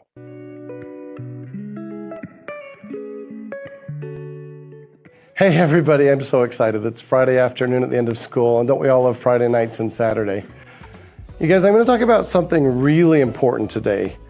In fact, it's so important I think I might get a little emotional when I talk about it, but here we go. Guys, I am really imperfect. I am not the greatest human that's ever lived. My joke is that if there is a heaven, when I get up to heaven and they go to see if I can come in or not, they're going to look at my list of sins and problems and weaknesses and say, oh, you're not welcome here.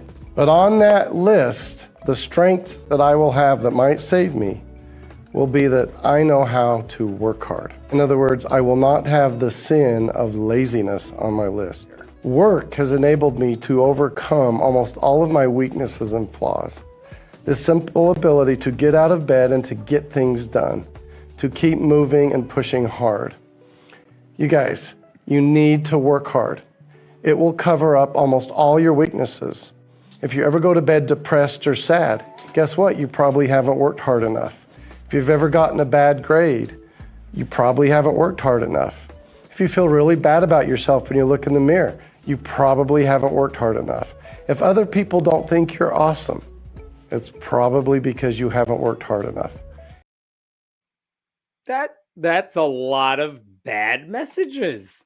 I don't know if I'm more offended as someone who respects church-state separation or as someone who has worked in a high school and cares about the mental well-being of teenagers. Either way, it's a horrible message.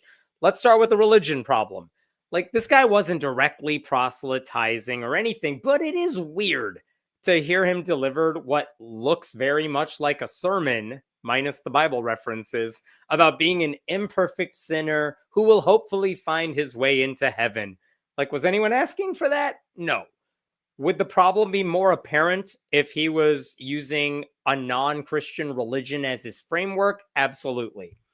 But obviously, the bigger issue here is not the religious framing. It's the substance of what he's saying. He is suggesting that any kind of mental health problem is the result of a bad work ethic and nothing else, right? There are kids who struggle with depression and you would never know it. There are kids who get low grades and they work their asses off. There are kids who feel bad about themselves when they look in a mirror. Why? Because they're teenagers and it's awkward. And there are kids who are not told they are awesome because other kids are bullies and assholes. How are you an administrator of a school and you don't know this?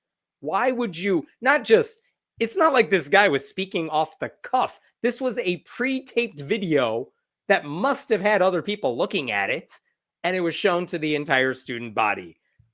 How come no one stepped in to say, hey, assistant principal, maybe this is a bad idea?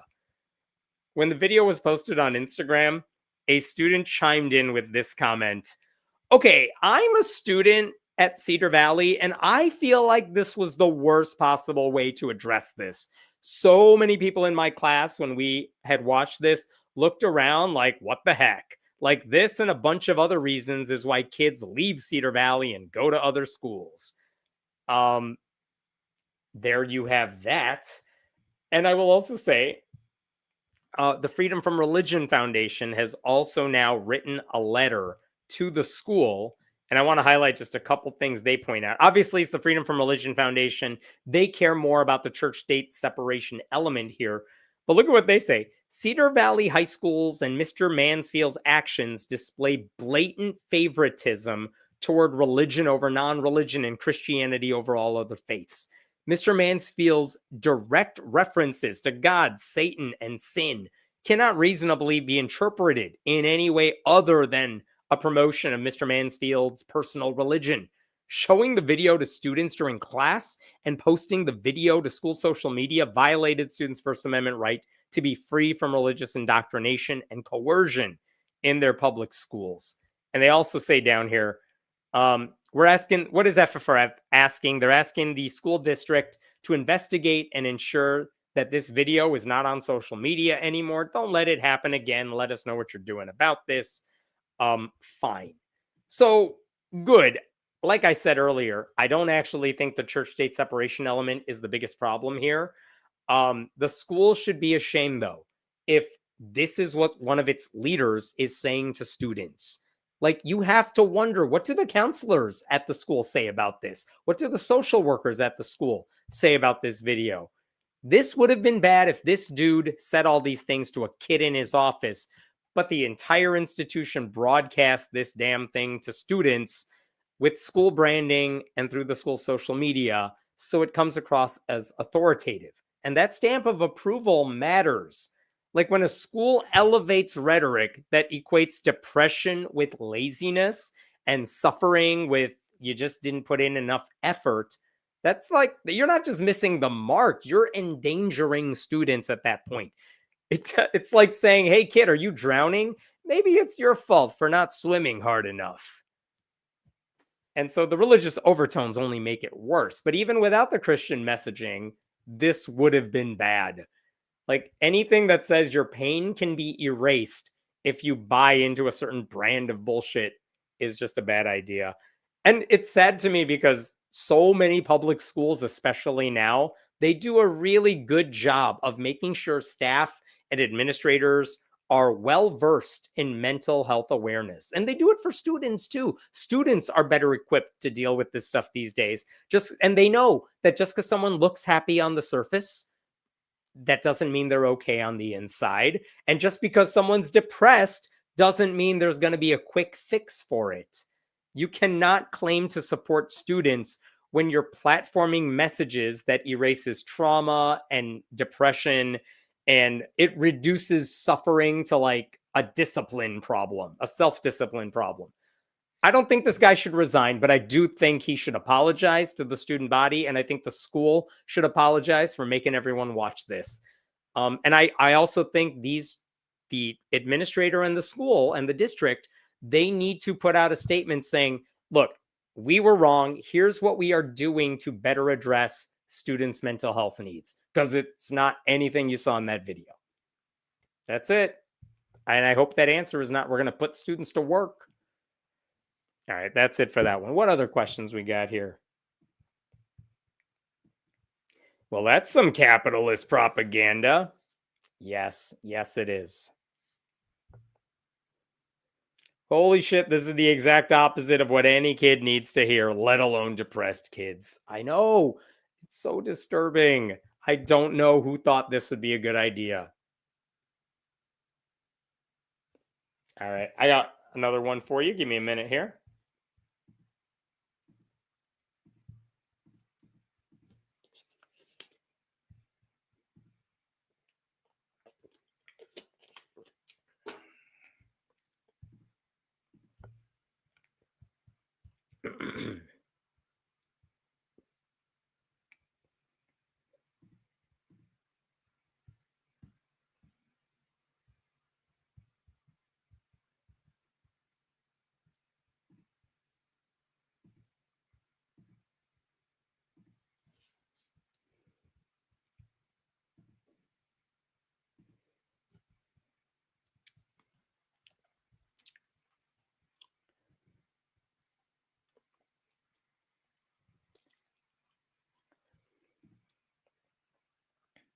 No.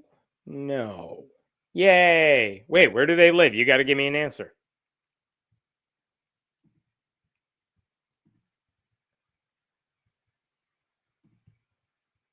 Aha. Okay. I have an update for you on a story I talked about a couple of months ago. And based on the reaction to that video, people were very interested in the story. So here's the upshot. There is an administrator, a former administrator at a Christian college who did a lot of very bad things. And I'll jump ahead to the news part of this, which is that that guy just got indicted on 3 felony counts for lying to cops. And that's a big deal. But I'm going to go back and I'm going to tell you some of this story in case you missed it back then. Basically, this story starts back in 2008. There was a woman named Haley Swinson, and she began attending a college in Georgia called Truett McConnell University, and it's a Baptist school. She didn't go there because she really cared about the religion so much, but because they gave her a soccer scholarship and she was a good soccer player. And if that meant she had to attend like weekly chapel service, she figured, yeah, that's fine. I get a scholarship. I get to play soccer. Sounds great. I'll take the trade off. And after her first year, guess what? She decided to give her life to Jesus. So the school won. All right, fine. I don't really care about that. While all that was happening, this guy also got hired. This guy's name is Bradley Reynolds. He was a pastor from North Carolina, but his former colleague was now running the school. And that guy said, hey, Bradley, come on over and join me at Truett McConnell. And that's fine. People get hired all the time. Basically, during Haley Swinson's second year at this school, she starts crossing paths with Bradley Reynolds.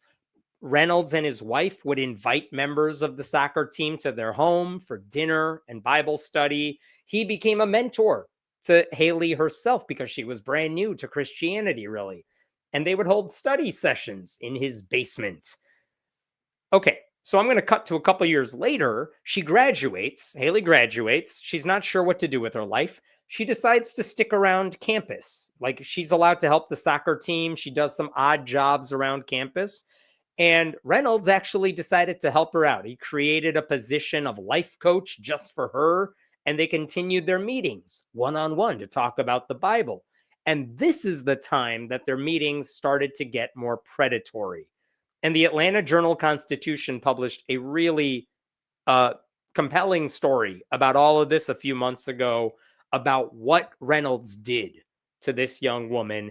And it was constructed around emails he sent to her, some of which were disturbing, text messages, taped interviews with law enforcement. So here's one example of what they talked about in these sessions. And you could see this right here. Look at the highlighted portion right here. Swinson told the officer that she couldn't remember when their Bible studies turned sexual, but as they prayed during their sessions, she recalled, Reynolds began touching her, putting a hand on her back, then her knee and her chest, and eventually reaching into her shorts. As Reynolds prayed, she recalled, he would say things like, you don't understand. You're not going to understand. You're a baby believer. This is from God.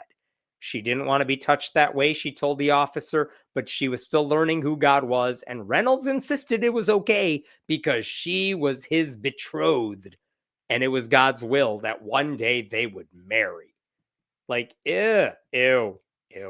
Reynolds was married to someone else. By the way, that someone else he was married to is someone he met when he was her youth pastor. Ew. Not even part of this story. Anyway, he let Swinson know that God told him his wife was going to die soon and that she could take her place. See, everything's fine. And by the way, that meant they could definitely have sex. Yep, it's disturbing. This is what he said to her later. Here we go. He asserted that while they weren't married, God had given them freedoms to have sex. It was okay, she recalled him saying, because he had made a vow of betrothal before God. She hadn't understood what he meant, she said, and she hadn't wanted a physical relationship. And then, At one point, he sent her a very disturbing email. Now, I read this email to you last time I talked about this story, and no one was happy about it. And so I'm going to do it again because we all hate ourselves in this room. Let's do it. Here's the email he sent to Haley. Hey, 2015 is the date here.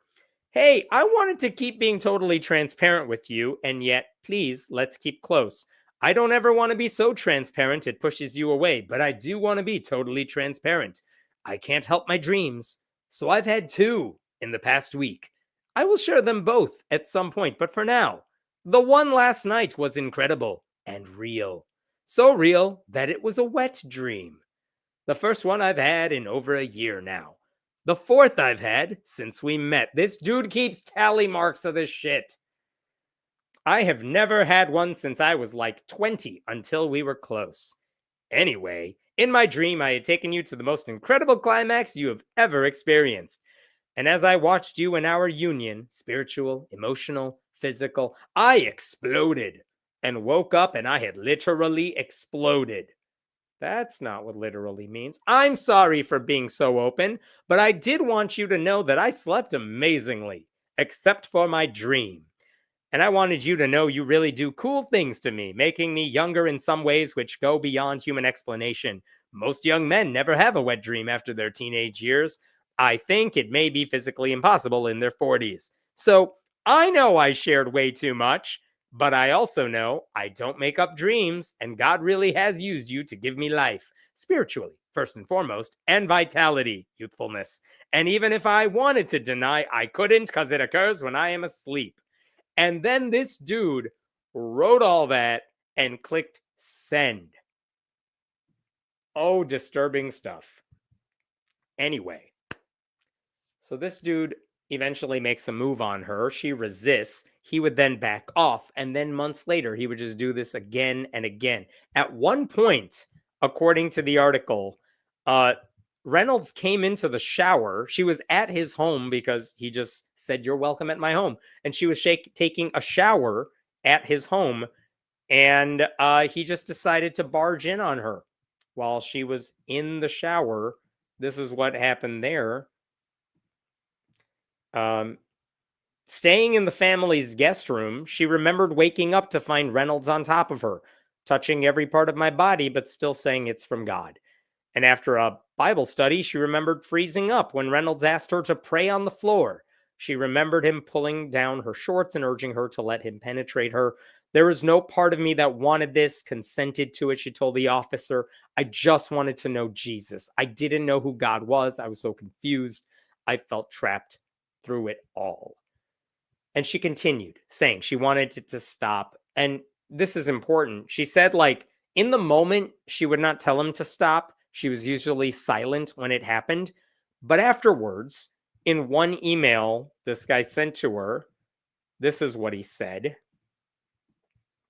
I am just asking you to be open, that perhaps God is answering my prayer, that you kind of enjoyed it just a little, even though you felt upset afterward. Yikes.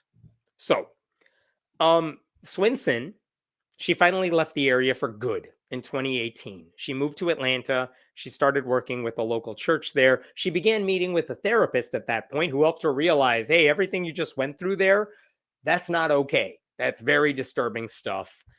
And in 2024, she finally decided to tell law enforcement officials about what had happened. And really, as I said last time, there were really two key issues. First, did anyone at the school know this stuff was going on? Like, did they have a hunch? Could they have stopped it? And the second is, can law enforcement do anything about it now? And the answer to that second question was no, probably not, because they were both adults. Yes, there was a power imbalance, but they were both adults. Georgia is, in fact, not one of the states that makes it illegal for a member of the clergy to have sex with someone they pastor. And the fact that she didn't outwardly resist his advances because she was silent, it made it harder to charge this guy with sexual assault. And furthermore, the statute of limitations had expired. Like, there was strong evidence that Reynolds, who was questioned by the cops about this stuff, there was evidence he lied. But the sheriff's office at the time last year, they chose not to pursue anything. They just didn't think there was enough evidence to get this guy. But once Haley realized the cops aren't going to help me at this point, she decided to tell her story publicly. And that's why she allowed reporters to use her name, which is incredibly courageous. The Roy's Report, which is a Christian outlet, they did a wonderful, compelling, disturbing story about this. I said the Atlanta Journal-Constitution did one as well. And I'll skip ahead a little bit here. But when the Roy's Report published its story in May, the school stood by everything. They said, we did everything by the book. No one had complained about this guy. We didn't know it was happening. I also want to point out that the Atlanta Journal-Constitution, they said Reynolds has since left the school. They tracked him down to a sandwich shop in Texas, and they called up the sandwich shop where he works. And when they called him for comment, the guy who answered the phone was like, no comment, thanks, and hung up. So no one knows where that dude is. But here's the big update that I'm really happy to give you in this story, which is that the new local district attorney, his name is Jeff Langley, he got the indictment that no one else thought they could get. It was issued this week by a White County grand jury, and it charges Reynolds with lying to cops when he was questioned by them. So they're not going after the sexual abuse. That stuff, the statute of limitations is done. But they did get him on lying to cops. And this is the part I want to share with you. Look at this. Count 1 stems from Reynolds' denial during the interview that he had any sexual relationship with Swinson. Count 2 arose from his denial of ownership of a specific email account. Swinson provided detectives over 300 emails allegedly from Reynolds, many of which contained a lot of information involving the sexual relationship. Though the account was later tied to Reynolds, he initially claimed it was not his. And count 3 addresses his denial of making the false statement to the officer of telling and emailing Swinson that his wife was going to die and that he would make Swinson his second wife. He told the cops, I didn't do that. He did. They have proof. So for these reasons, look at this. It's a felony in Georgia to lie to cops. The penalty carries a punishment of 1 to 5 years in prison, a fine, or both. And a judge has issued a warrant for this guy's arrest. So he's going down in some sort of way. If you add it all up, he could spend years in jail. There's a possibility of a fine of like a 6-figure fine. And it's all the more amazing when you consider that this guy had escaped accountability for his sexual crimes, but because he chose to lie his way through it to cops no less, now he might face a measure of justice. So here's where we're at now. This guy has about another week and a half to get out of the Texas sandwich shop and turn himself into law enforcement officials in Georgia. And if he doesn't comply with that, life is only going to get worse for him.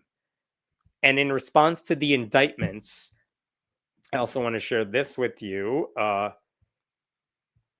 2 things here. One is that Swinson's lawyer said, Miss Swinson is grateful the White County District Attorney examined the case and presented it to the grand jury. The rest is up to the justice system, which is nice. I also want to share one other thing in this article, which was interesting. Earlier this month, an anonymous letter signed by concerned Truett alumni began circulating online, demanding more accountability in the university's approach to the independent audit. This letter was sent to TMU trustees and the Georgia Baptist Mission Board, which appoints the trustees, and it's affiliated with the Southern Baptist Convention. The group, which says it represents online groups with hundreds of alumni, did not identify its members, but the Atlanta Journal-Constitution has confirmed that TMU and the Georgia Baptist Mission Board received the letter. And that statement from December 2nd said over 600 alums and over 2,700 others originally petitioned the board to discover the truth and respond appropriately. We understand there may be legal or prudential reasons a board would choose not to release the full investigative report publicly. However, as stewards of this institution and witnesses to its gospel mission, we respectfully ask for greater clarity and a renewed commitment to root out wrongdoing and foster a culture of accountability and repentance at TMU. So I'm happy to see that a lot of graduates from this school are saying, we demand better from you. The investigation you took that said, well, we didn't see anything, that's not good enough. Tell us what you did. Tell us who you talked to. We want to see that. I mean, the problem at the school is not that they hired the wrong guy. Wrong people get hired all the time. But clearly, they created an ecosystem that allowed this abuse to fester. Administrators were warned about this. They did not take action. That's what the record shows. Students did speak up. Staffers risked their job to raise concerns, but the people in power chose self-preservation instead. I don't know how you could teach the Bible as the timeless, inerrant, and absolute truth, which is what their website says, when the safety of students is literally at risk because of what the administrators choose to do or not do. Like, this is very predictable from top to bottom. Like, you show me an authoritarian religious structure that elevates spiritual leaders to like untouchable status, I will show you victims waiting to be heard. So, I'm glad students and staffers want change. It looks like the leaders who were in charge when all this was happening are out. But if nothing changes, I mean, no student should ever feel safe there. I hope this indictment leads to some serious penalties for Reynolds. I'll stop there.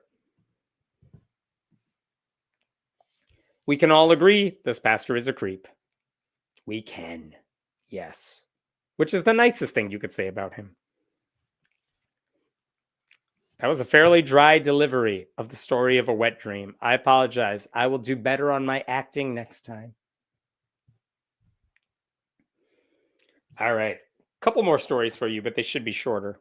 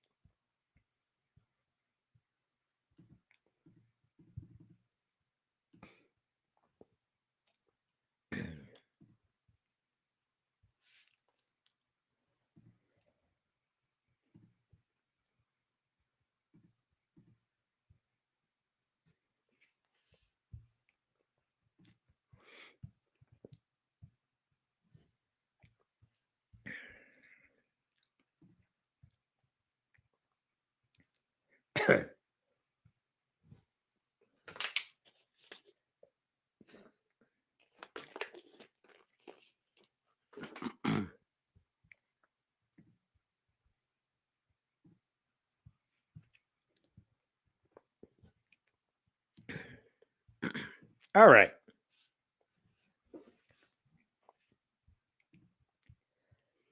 This is a really disturbing thing I saw online, but this is a statement from South Carolina. Their Department of Public Health in South Carolina reports 27 new measles cases in upstate, bringing outbreak total to 111 additional school exposures. And if you look here, so this is from December 9th, but the South Carolina Department of Public Health, 27 new cases of measles, 16 of them resulted from the previously reported exposure at the Way of Truth Church in Inman. There are currently 254 people in quarantine and 16 in isolation. Oh my goodness, measles is back. And they also included this age breakdown of the 111 cases. 20 people with measles are under 5. 75 are between 5 and 17. And there are another 6 people who are kids, but we don't know how old they are. So there is a huge measles outbreak in South Carolina. And it looks like it all stems back to a particular church. And the Washington Post had a story about this as well. This is the headline, Hundreds Quarantined as South Carolina Measles Outbreak Accelerates. And a couple things to note here.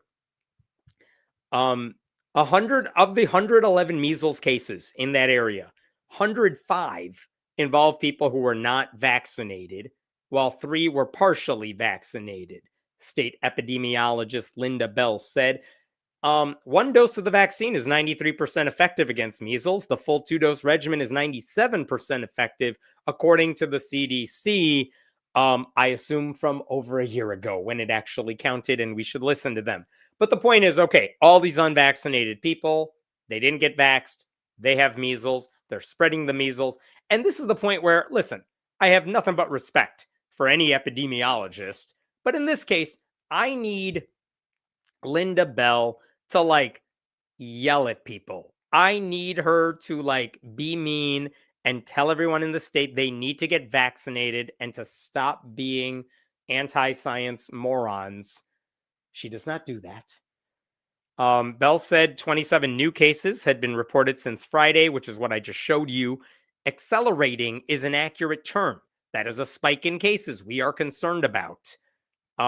She said in response to a question from a reporter, adding that South Carolina has lower than hoped for vaccination coverage. Like, this is what I'm talking about.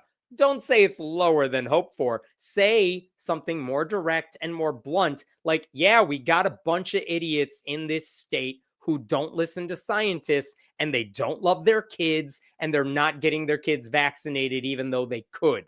And it's hurting everybody. Be blunt. At least 16 of those cases were traced back to the Way of Truth Church, which Bell said has since been very helpful in cooperating with the health department's recommendations. No, stop it. Yell at this church, tell them they are wrong. And again, she says they're cooperating with the recommendations. As far as I could tell, that does not mean the church is telling people to get vaccinated. So that is also disturbing. There was another thing, just because this is useful information, and I appreciate that the Post included this. Measles spreads with extraordinary efficiency through respiratory droplets, infecting 90% of unvaccinated people who are exposed. People are infectious up to 4 days before getting a rash. Viral particles remain airborne up to 2 hours after they leave a room. Rare breakthrough cases in partially or fully vaccinated people are more likely to happen during a large outbreak because so many people become exposed as the virus rips through unvaccinated people. Yeah, that's how viruses work. That's why you're supposed to get vaccinated unless you have some medical reason you can't be, but that requires the rest of us to get our shots. So there's the Spartanburg Herald Journal spoke to some church members, and this article is kind of unbelievable. Family Choices, Community Dynamics, and Spartanburg's Measles Outbreak. And this is published today, December 11th. For 2 days in early December, Denis Fedotov's 9-year-old son had red spots on his face and a high fever. Yes, that's measles. Look at this. Fedotov said his son's illness wasn't too rough. My kid had it, but he's okay now. Is he? The child's fever spiked above 104 along the way. His mother treated that with medicine. Otherwise, they kept him hydrated to help his system fight through the virus. Fedotov said all 4 of his children are unvaccinated. It isn't that he opposes vaccine for religious or ideological reasons. He just doesn't feel certain that they work all that well. Oh my God. Fedotov spoke with the Herald Journal outside the Way of Truth Church, where an exposure led to 24 measles infections. He's not convinced that vaccination status was the determining factor in who caught measles and who did not. Alternative take. It definitely was, and you don't care because you like ignorance more. Like, this dude is just a bad parent. I don't know what to do with this. Like, there are the anti-vax conservatives. There are the Robert F. Kennedy Jr. idiots who are like, nothing matters. Who cares what scientists have to say? And then you have people like this who are like, I don't know how vaccines work, but I'm pretty sure they don't work. And then, this is what else he said. If we see a kid who got sick with the vaccine and a lot of kids don't get sick without vaccines, it's like, why get it if it's not effective? Here's why. people who get vaccinated are more likely to get sick if the virus is all over the place, and your unvaccinated kids are making that problem worse. And just because someone who's not vaccinated avoids the virus, good, I'm glad they got lucky. Not every kid is. So just because this dad doesn't care about kids who are infected with measles and who suffer because of those measles or polio or whatever thing you're supposed to be vaccinated from, he's like, I don't understand the dynamics of this, so doesn't seem effective to me. Oh, this is infuriating. This was also true during COVID as well, where it's like, I can't personally see people getting, I heard this from a literal pastor I argued with online back in the day when I would argue with pastors online. I stopped doing that. But a pastor basically said the vaccine doesn't work. And we know that because there are people who are vaccinated who are getting COVID. And I was trying to explain to this guy, yeah, people can get COVID, but the ones who are vaccinated, their fever is going to go up, their temperature is going to go up, and it'll suck for a little bit, and then they'll be okay. They don't have to go to the hospital. They will be fine in a matter of days. If they are not vaccinated, that's when you're seeing people whose bodies are like out of control at this point, and they are the ones who died during the pandemic. So if you're vaccinated, you might get sick, but you're not going to get so sick that you die. And this guy does not understand that whatsoever. And then here's what else he said to the newspaper. We've tried to keep it contained as much as possible. Hopefully, everyone by Christmas will be well. What's he doing to keep it contained? Because it doesn't sound like he's quarantining his own family. So that's disturbing. That's what we're working with here. These are the people that the Trump administration has now unleashed upon the world. A whole bunch of people who just revel in their ignorance and don't care if they are deliberately making everyone else sick because they refuse to understand how this stuff works. And this is the part that got to me. Like, I thought initially this must be some fundamentalist Christian church. I didn't know this. Way of Truth Church is a Slavic language congregation with a large contingent of immigrants from Ukraine. This guy was born in Moldova, moved to the US at 13, and one of the first two schools to have measles cases early in the outbreak was Global Academy, a K-8 charter school that is popular among Ukrainian families. For everything these families have been through, they make it to the US, they're in a decent place, and then they're like, vaccines, whatever, who needs them? Like, why? We're trying to help you here. This is another church in the same area. I'm not going to try to pronounce his name, but a pastor with New Life Ukrainian Church located south of Inman said he was aware of the measles outbreak, but, whatever. No members of his church have been infected. And this guy doesn't express strict views about vaccines. He said congregation members occasionally bring questions about the topic, but he refrains from pushing them in one direction or another. People sometimes ask, is it okay to vaccinate? The Bible doesn't say anything about it. There's a reason. The Bible doesn't say a lot of things about things that were just invented 100 years ago or less. We explain that it's your choice. It's personal for each family, unless it involves abortion. Anyway, this is my beef with the epidemiologist. This guy is a pastor.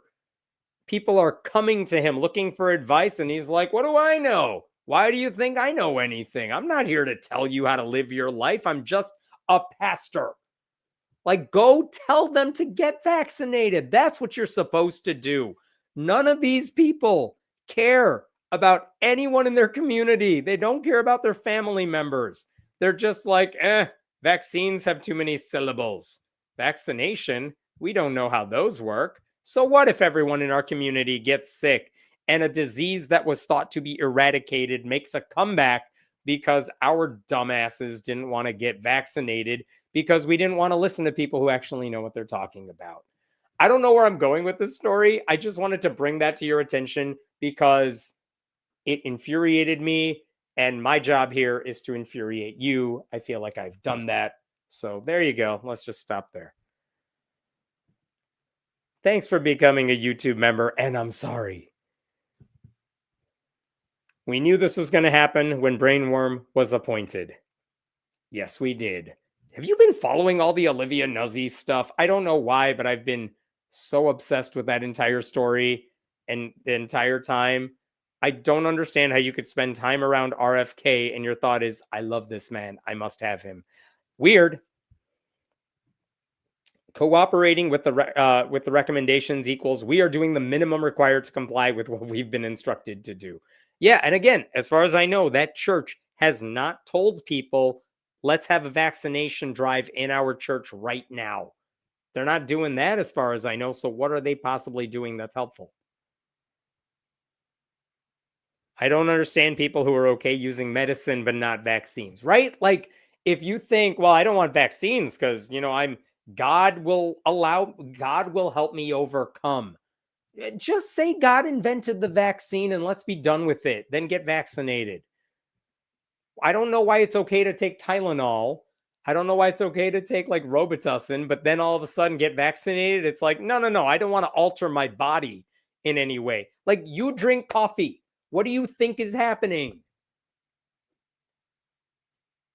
All right. I got one more story for you. I promise I'll leave on a happy note.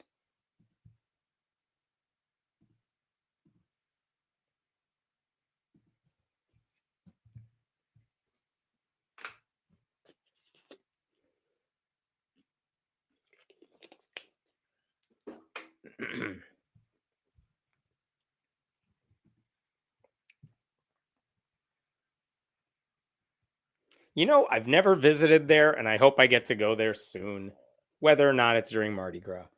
All right. Here's the last one. Earlier this year, and I talked about this a little bit when it was released, the Pew Research Center released its Religious Landscape Survey. And it's arguably the largest, most comprehensive look at religion in the United States. So it's for data nerds, it's like Christmas every day. And the big takeaway was that it looked like the historic shift away from Christianity had leveled off. And this is the chart that kind of got people's attention here. I'll remove myself and just talk about this. But if you look at the red line starting from 2007 on your left, what's the Christian identity? It says like 78% of Americans have a Christian identity. But in the 15 plus years since then, it's been dropping and dropping and dropping. And it gets to the point where right around here, we were like, what's happened over the past couple of years? It's at 62%, and now it's back up to 63. It looks like the drop has stopped. And it looks like, if anything, it's either leveling off or it's maybe going back up at the end. So what's going on? Like, what happened to people losing their religious faith? And by the way, look at the blue line right over here, religiously unaffiliated. Back in 2007, Pew found that 16% of Americans were religiously unaffiliated, atheists, agnostics. I believe in something, I just don't have a word for it, whatever. It started at 16%. And what's happened in the past couple of years? Well, it's gone up and up and up. And then over the past couple of years, it's leveled off and dipped down a bit. It's like hovering around 28, 29%. So that was the big takeaway. After years of people ditching a religious label, specifically Christianity, and becoming some form of non-religious, it looked like that had halted.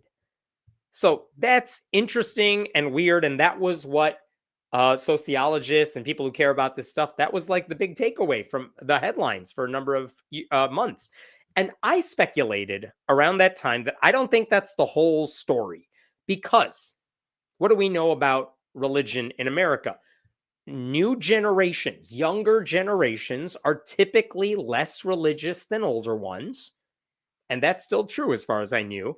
And like the only way America is going to get more religious is if younger people are drifting back toward religion, even as older Americans die, right? That's the only way you're going to see this big change. The other thing is that within generations, as you get older, people tend to get less religious because you have agency in your life. You don't need to stay attached to whatever your parents raised you in. So people were becoming less religious as they grew older, and there was no real indication that that was changing either.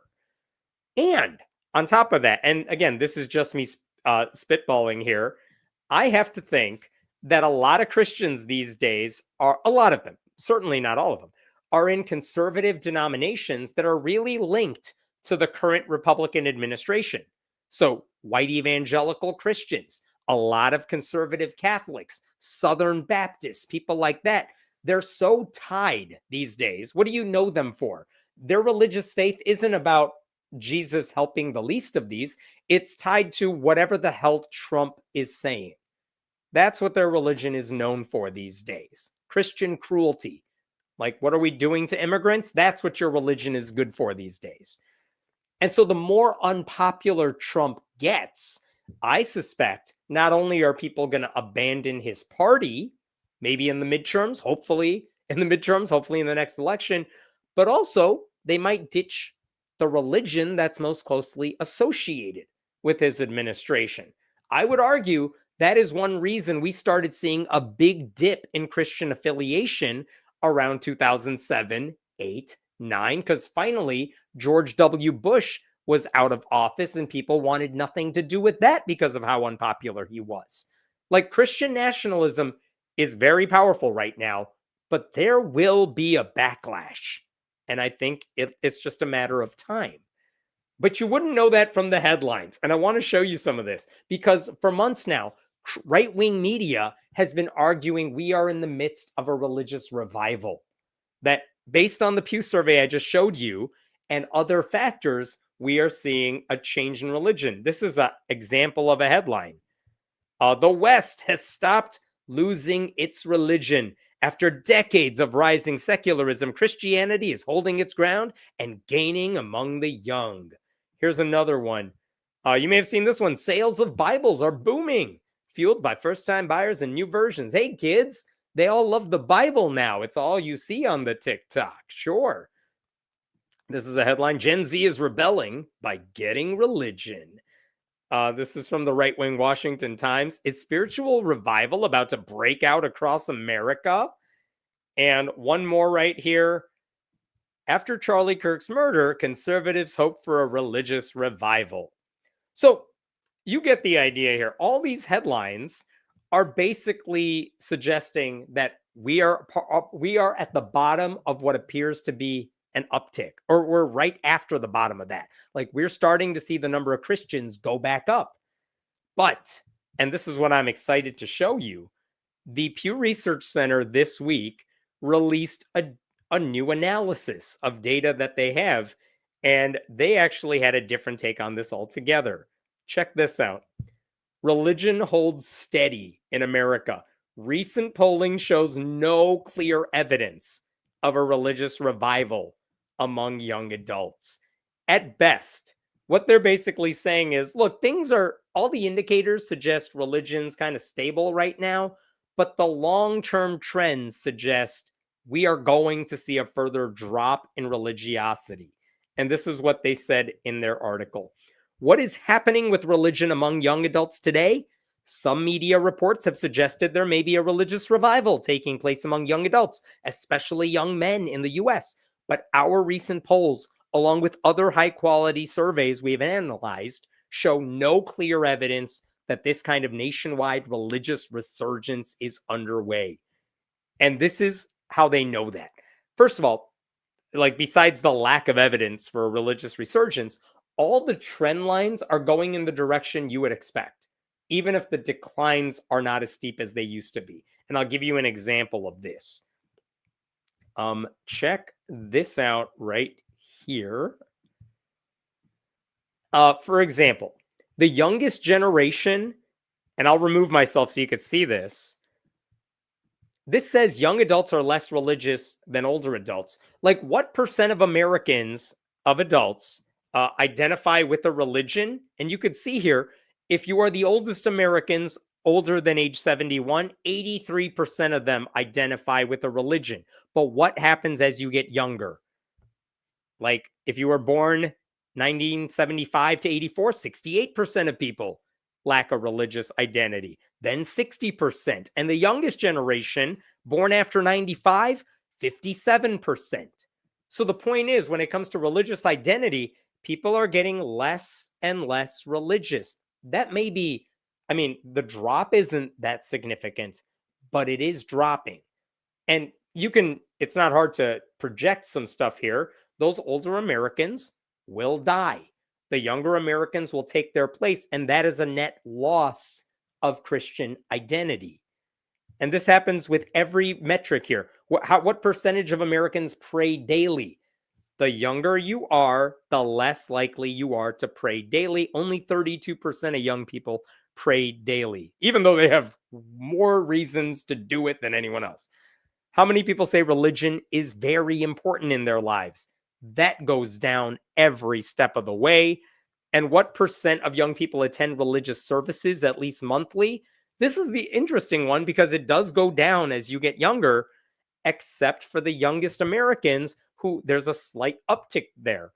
And part of me wonders, is that just because post-COVID, they just want to hang out with people? Which I get. Church is very good at building community, but this is not what you would hinge your religious revival story on. So that's interesting. There's another thing too.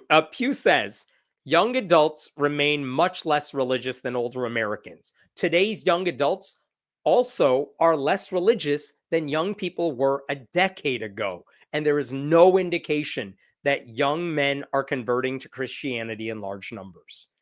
Here's another thing they found about U.S. religiosity. I will post this here. They found that when you look at American adults overall, the best anyone can say is that religiosity has been steady over the past 5 years, but it's not really changing. So this is not breaking down the numbers by age groups, which I did a second ago. This is just Americans overall. We're not really seeing a change over the past 5 years since COVID in terms of what percentage of Americans identify with a religion, pray daily, etc. So again, if you thought there was a revival, those numbers right there would go up, but they're not. So there's no indication on that measure. And I like this one too. What happens when you break this down by age group? It looks like not a single generational cohort has become more or less religious in recent years. So even when you look at one generation over the course of 5 years, you could see the darker lines down here. That's the younger people. They are less religious than the bright blue up there. But look at what's happened with young people over the past 5 years. They're not getting more religious over time. They are just as non-religious or religious as they were 5 years ago. So what we're seeing at best, and this is true across the board, there's not much change. You're not seeing a revival. You are seeing steadiness. And that is a big change. So if you were hoping to see a religious revival, stability is horrible news.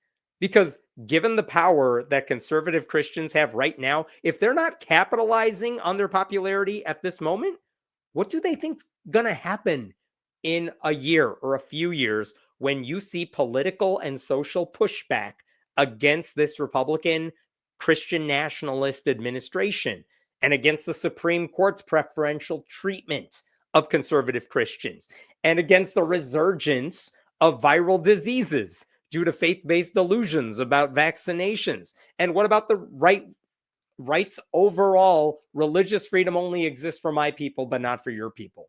When all that finally hits its peak and there is backlash, what do they think is going to happen to religion? You think people are going to come back to the religion that gave us that? Hell no. Their bigotry is not going to age well. And religion is, I hope, because it's all I do for work now, people are going to see religion rightly as part of the problem and not the solution. And I genuinely feel bad for the progressive Christians and Catholics out there who are doing amazing things and they are protesting and they are fighting the good fight. for their sake, I wish they were the symbols of what religiosity was like, but they're not. So, like, if you want to see moral courage in America these days, you don't go to a mega church.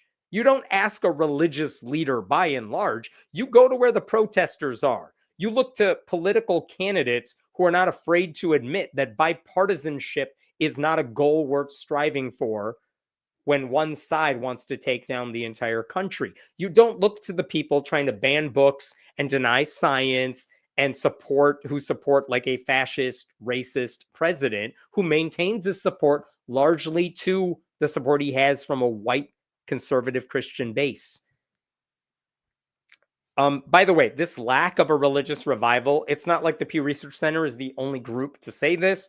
Ryan Burge, who is an analyst of this type of data, he says we should also not be surprised by the steadiness because most change happens through simple generational replacement. So he sees this long term, and he's like, we're getting less religious. So the bottom line, there's no religion comeback story.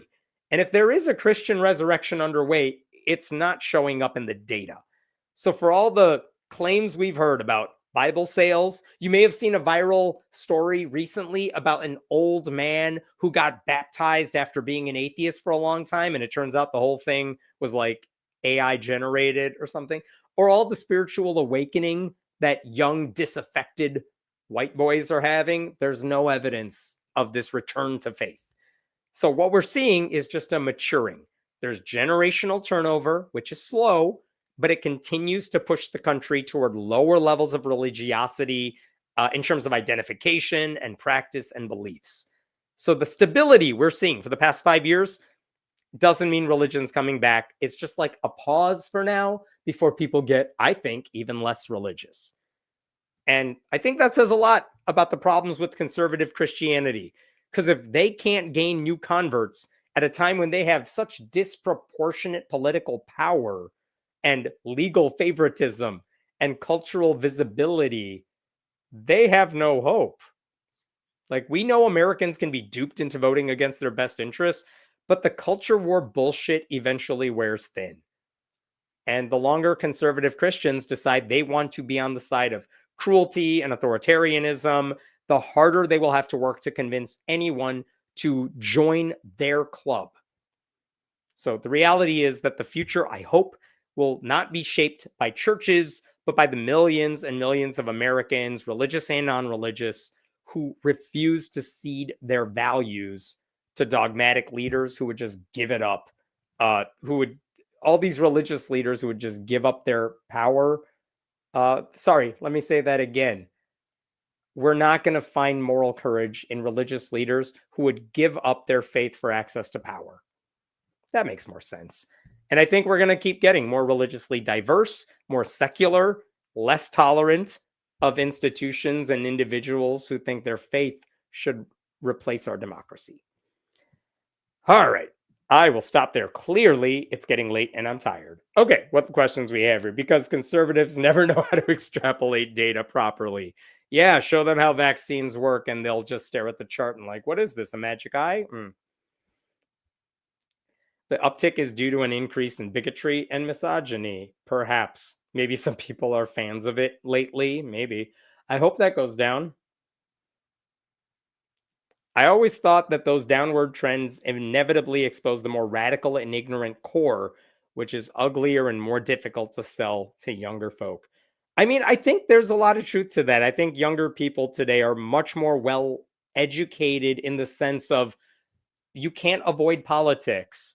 Like, I think when I was in high school, you could definitely avoid politics and be passionate about whatever it is you're passionate about. Unfortunately, in more recent years, and by the way, I was in high school before George W. Bush was president. And now you can't escape politics. It infuses itself into everything you do, which means they're much more up to date on what's happening and how it affects their lives and how churches are playing a role in how this affects their lives. And they're also seeing more voices, whether it's through social media or whatnot. And that gives me some hope that they're not willing to stand for this. All right. Thank you so much. It's a long night as usual. I'll see you next Thursday night. Thank you to Den for helping me keep sane during all this. Remember, you can always sign up at friendlyatheist.com. Please do that if you haven't already. And you could support me at patreon.com/Hemant. I think that's it. I will see you next week. Have a good one.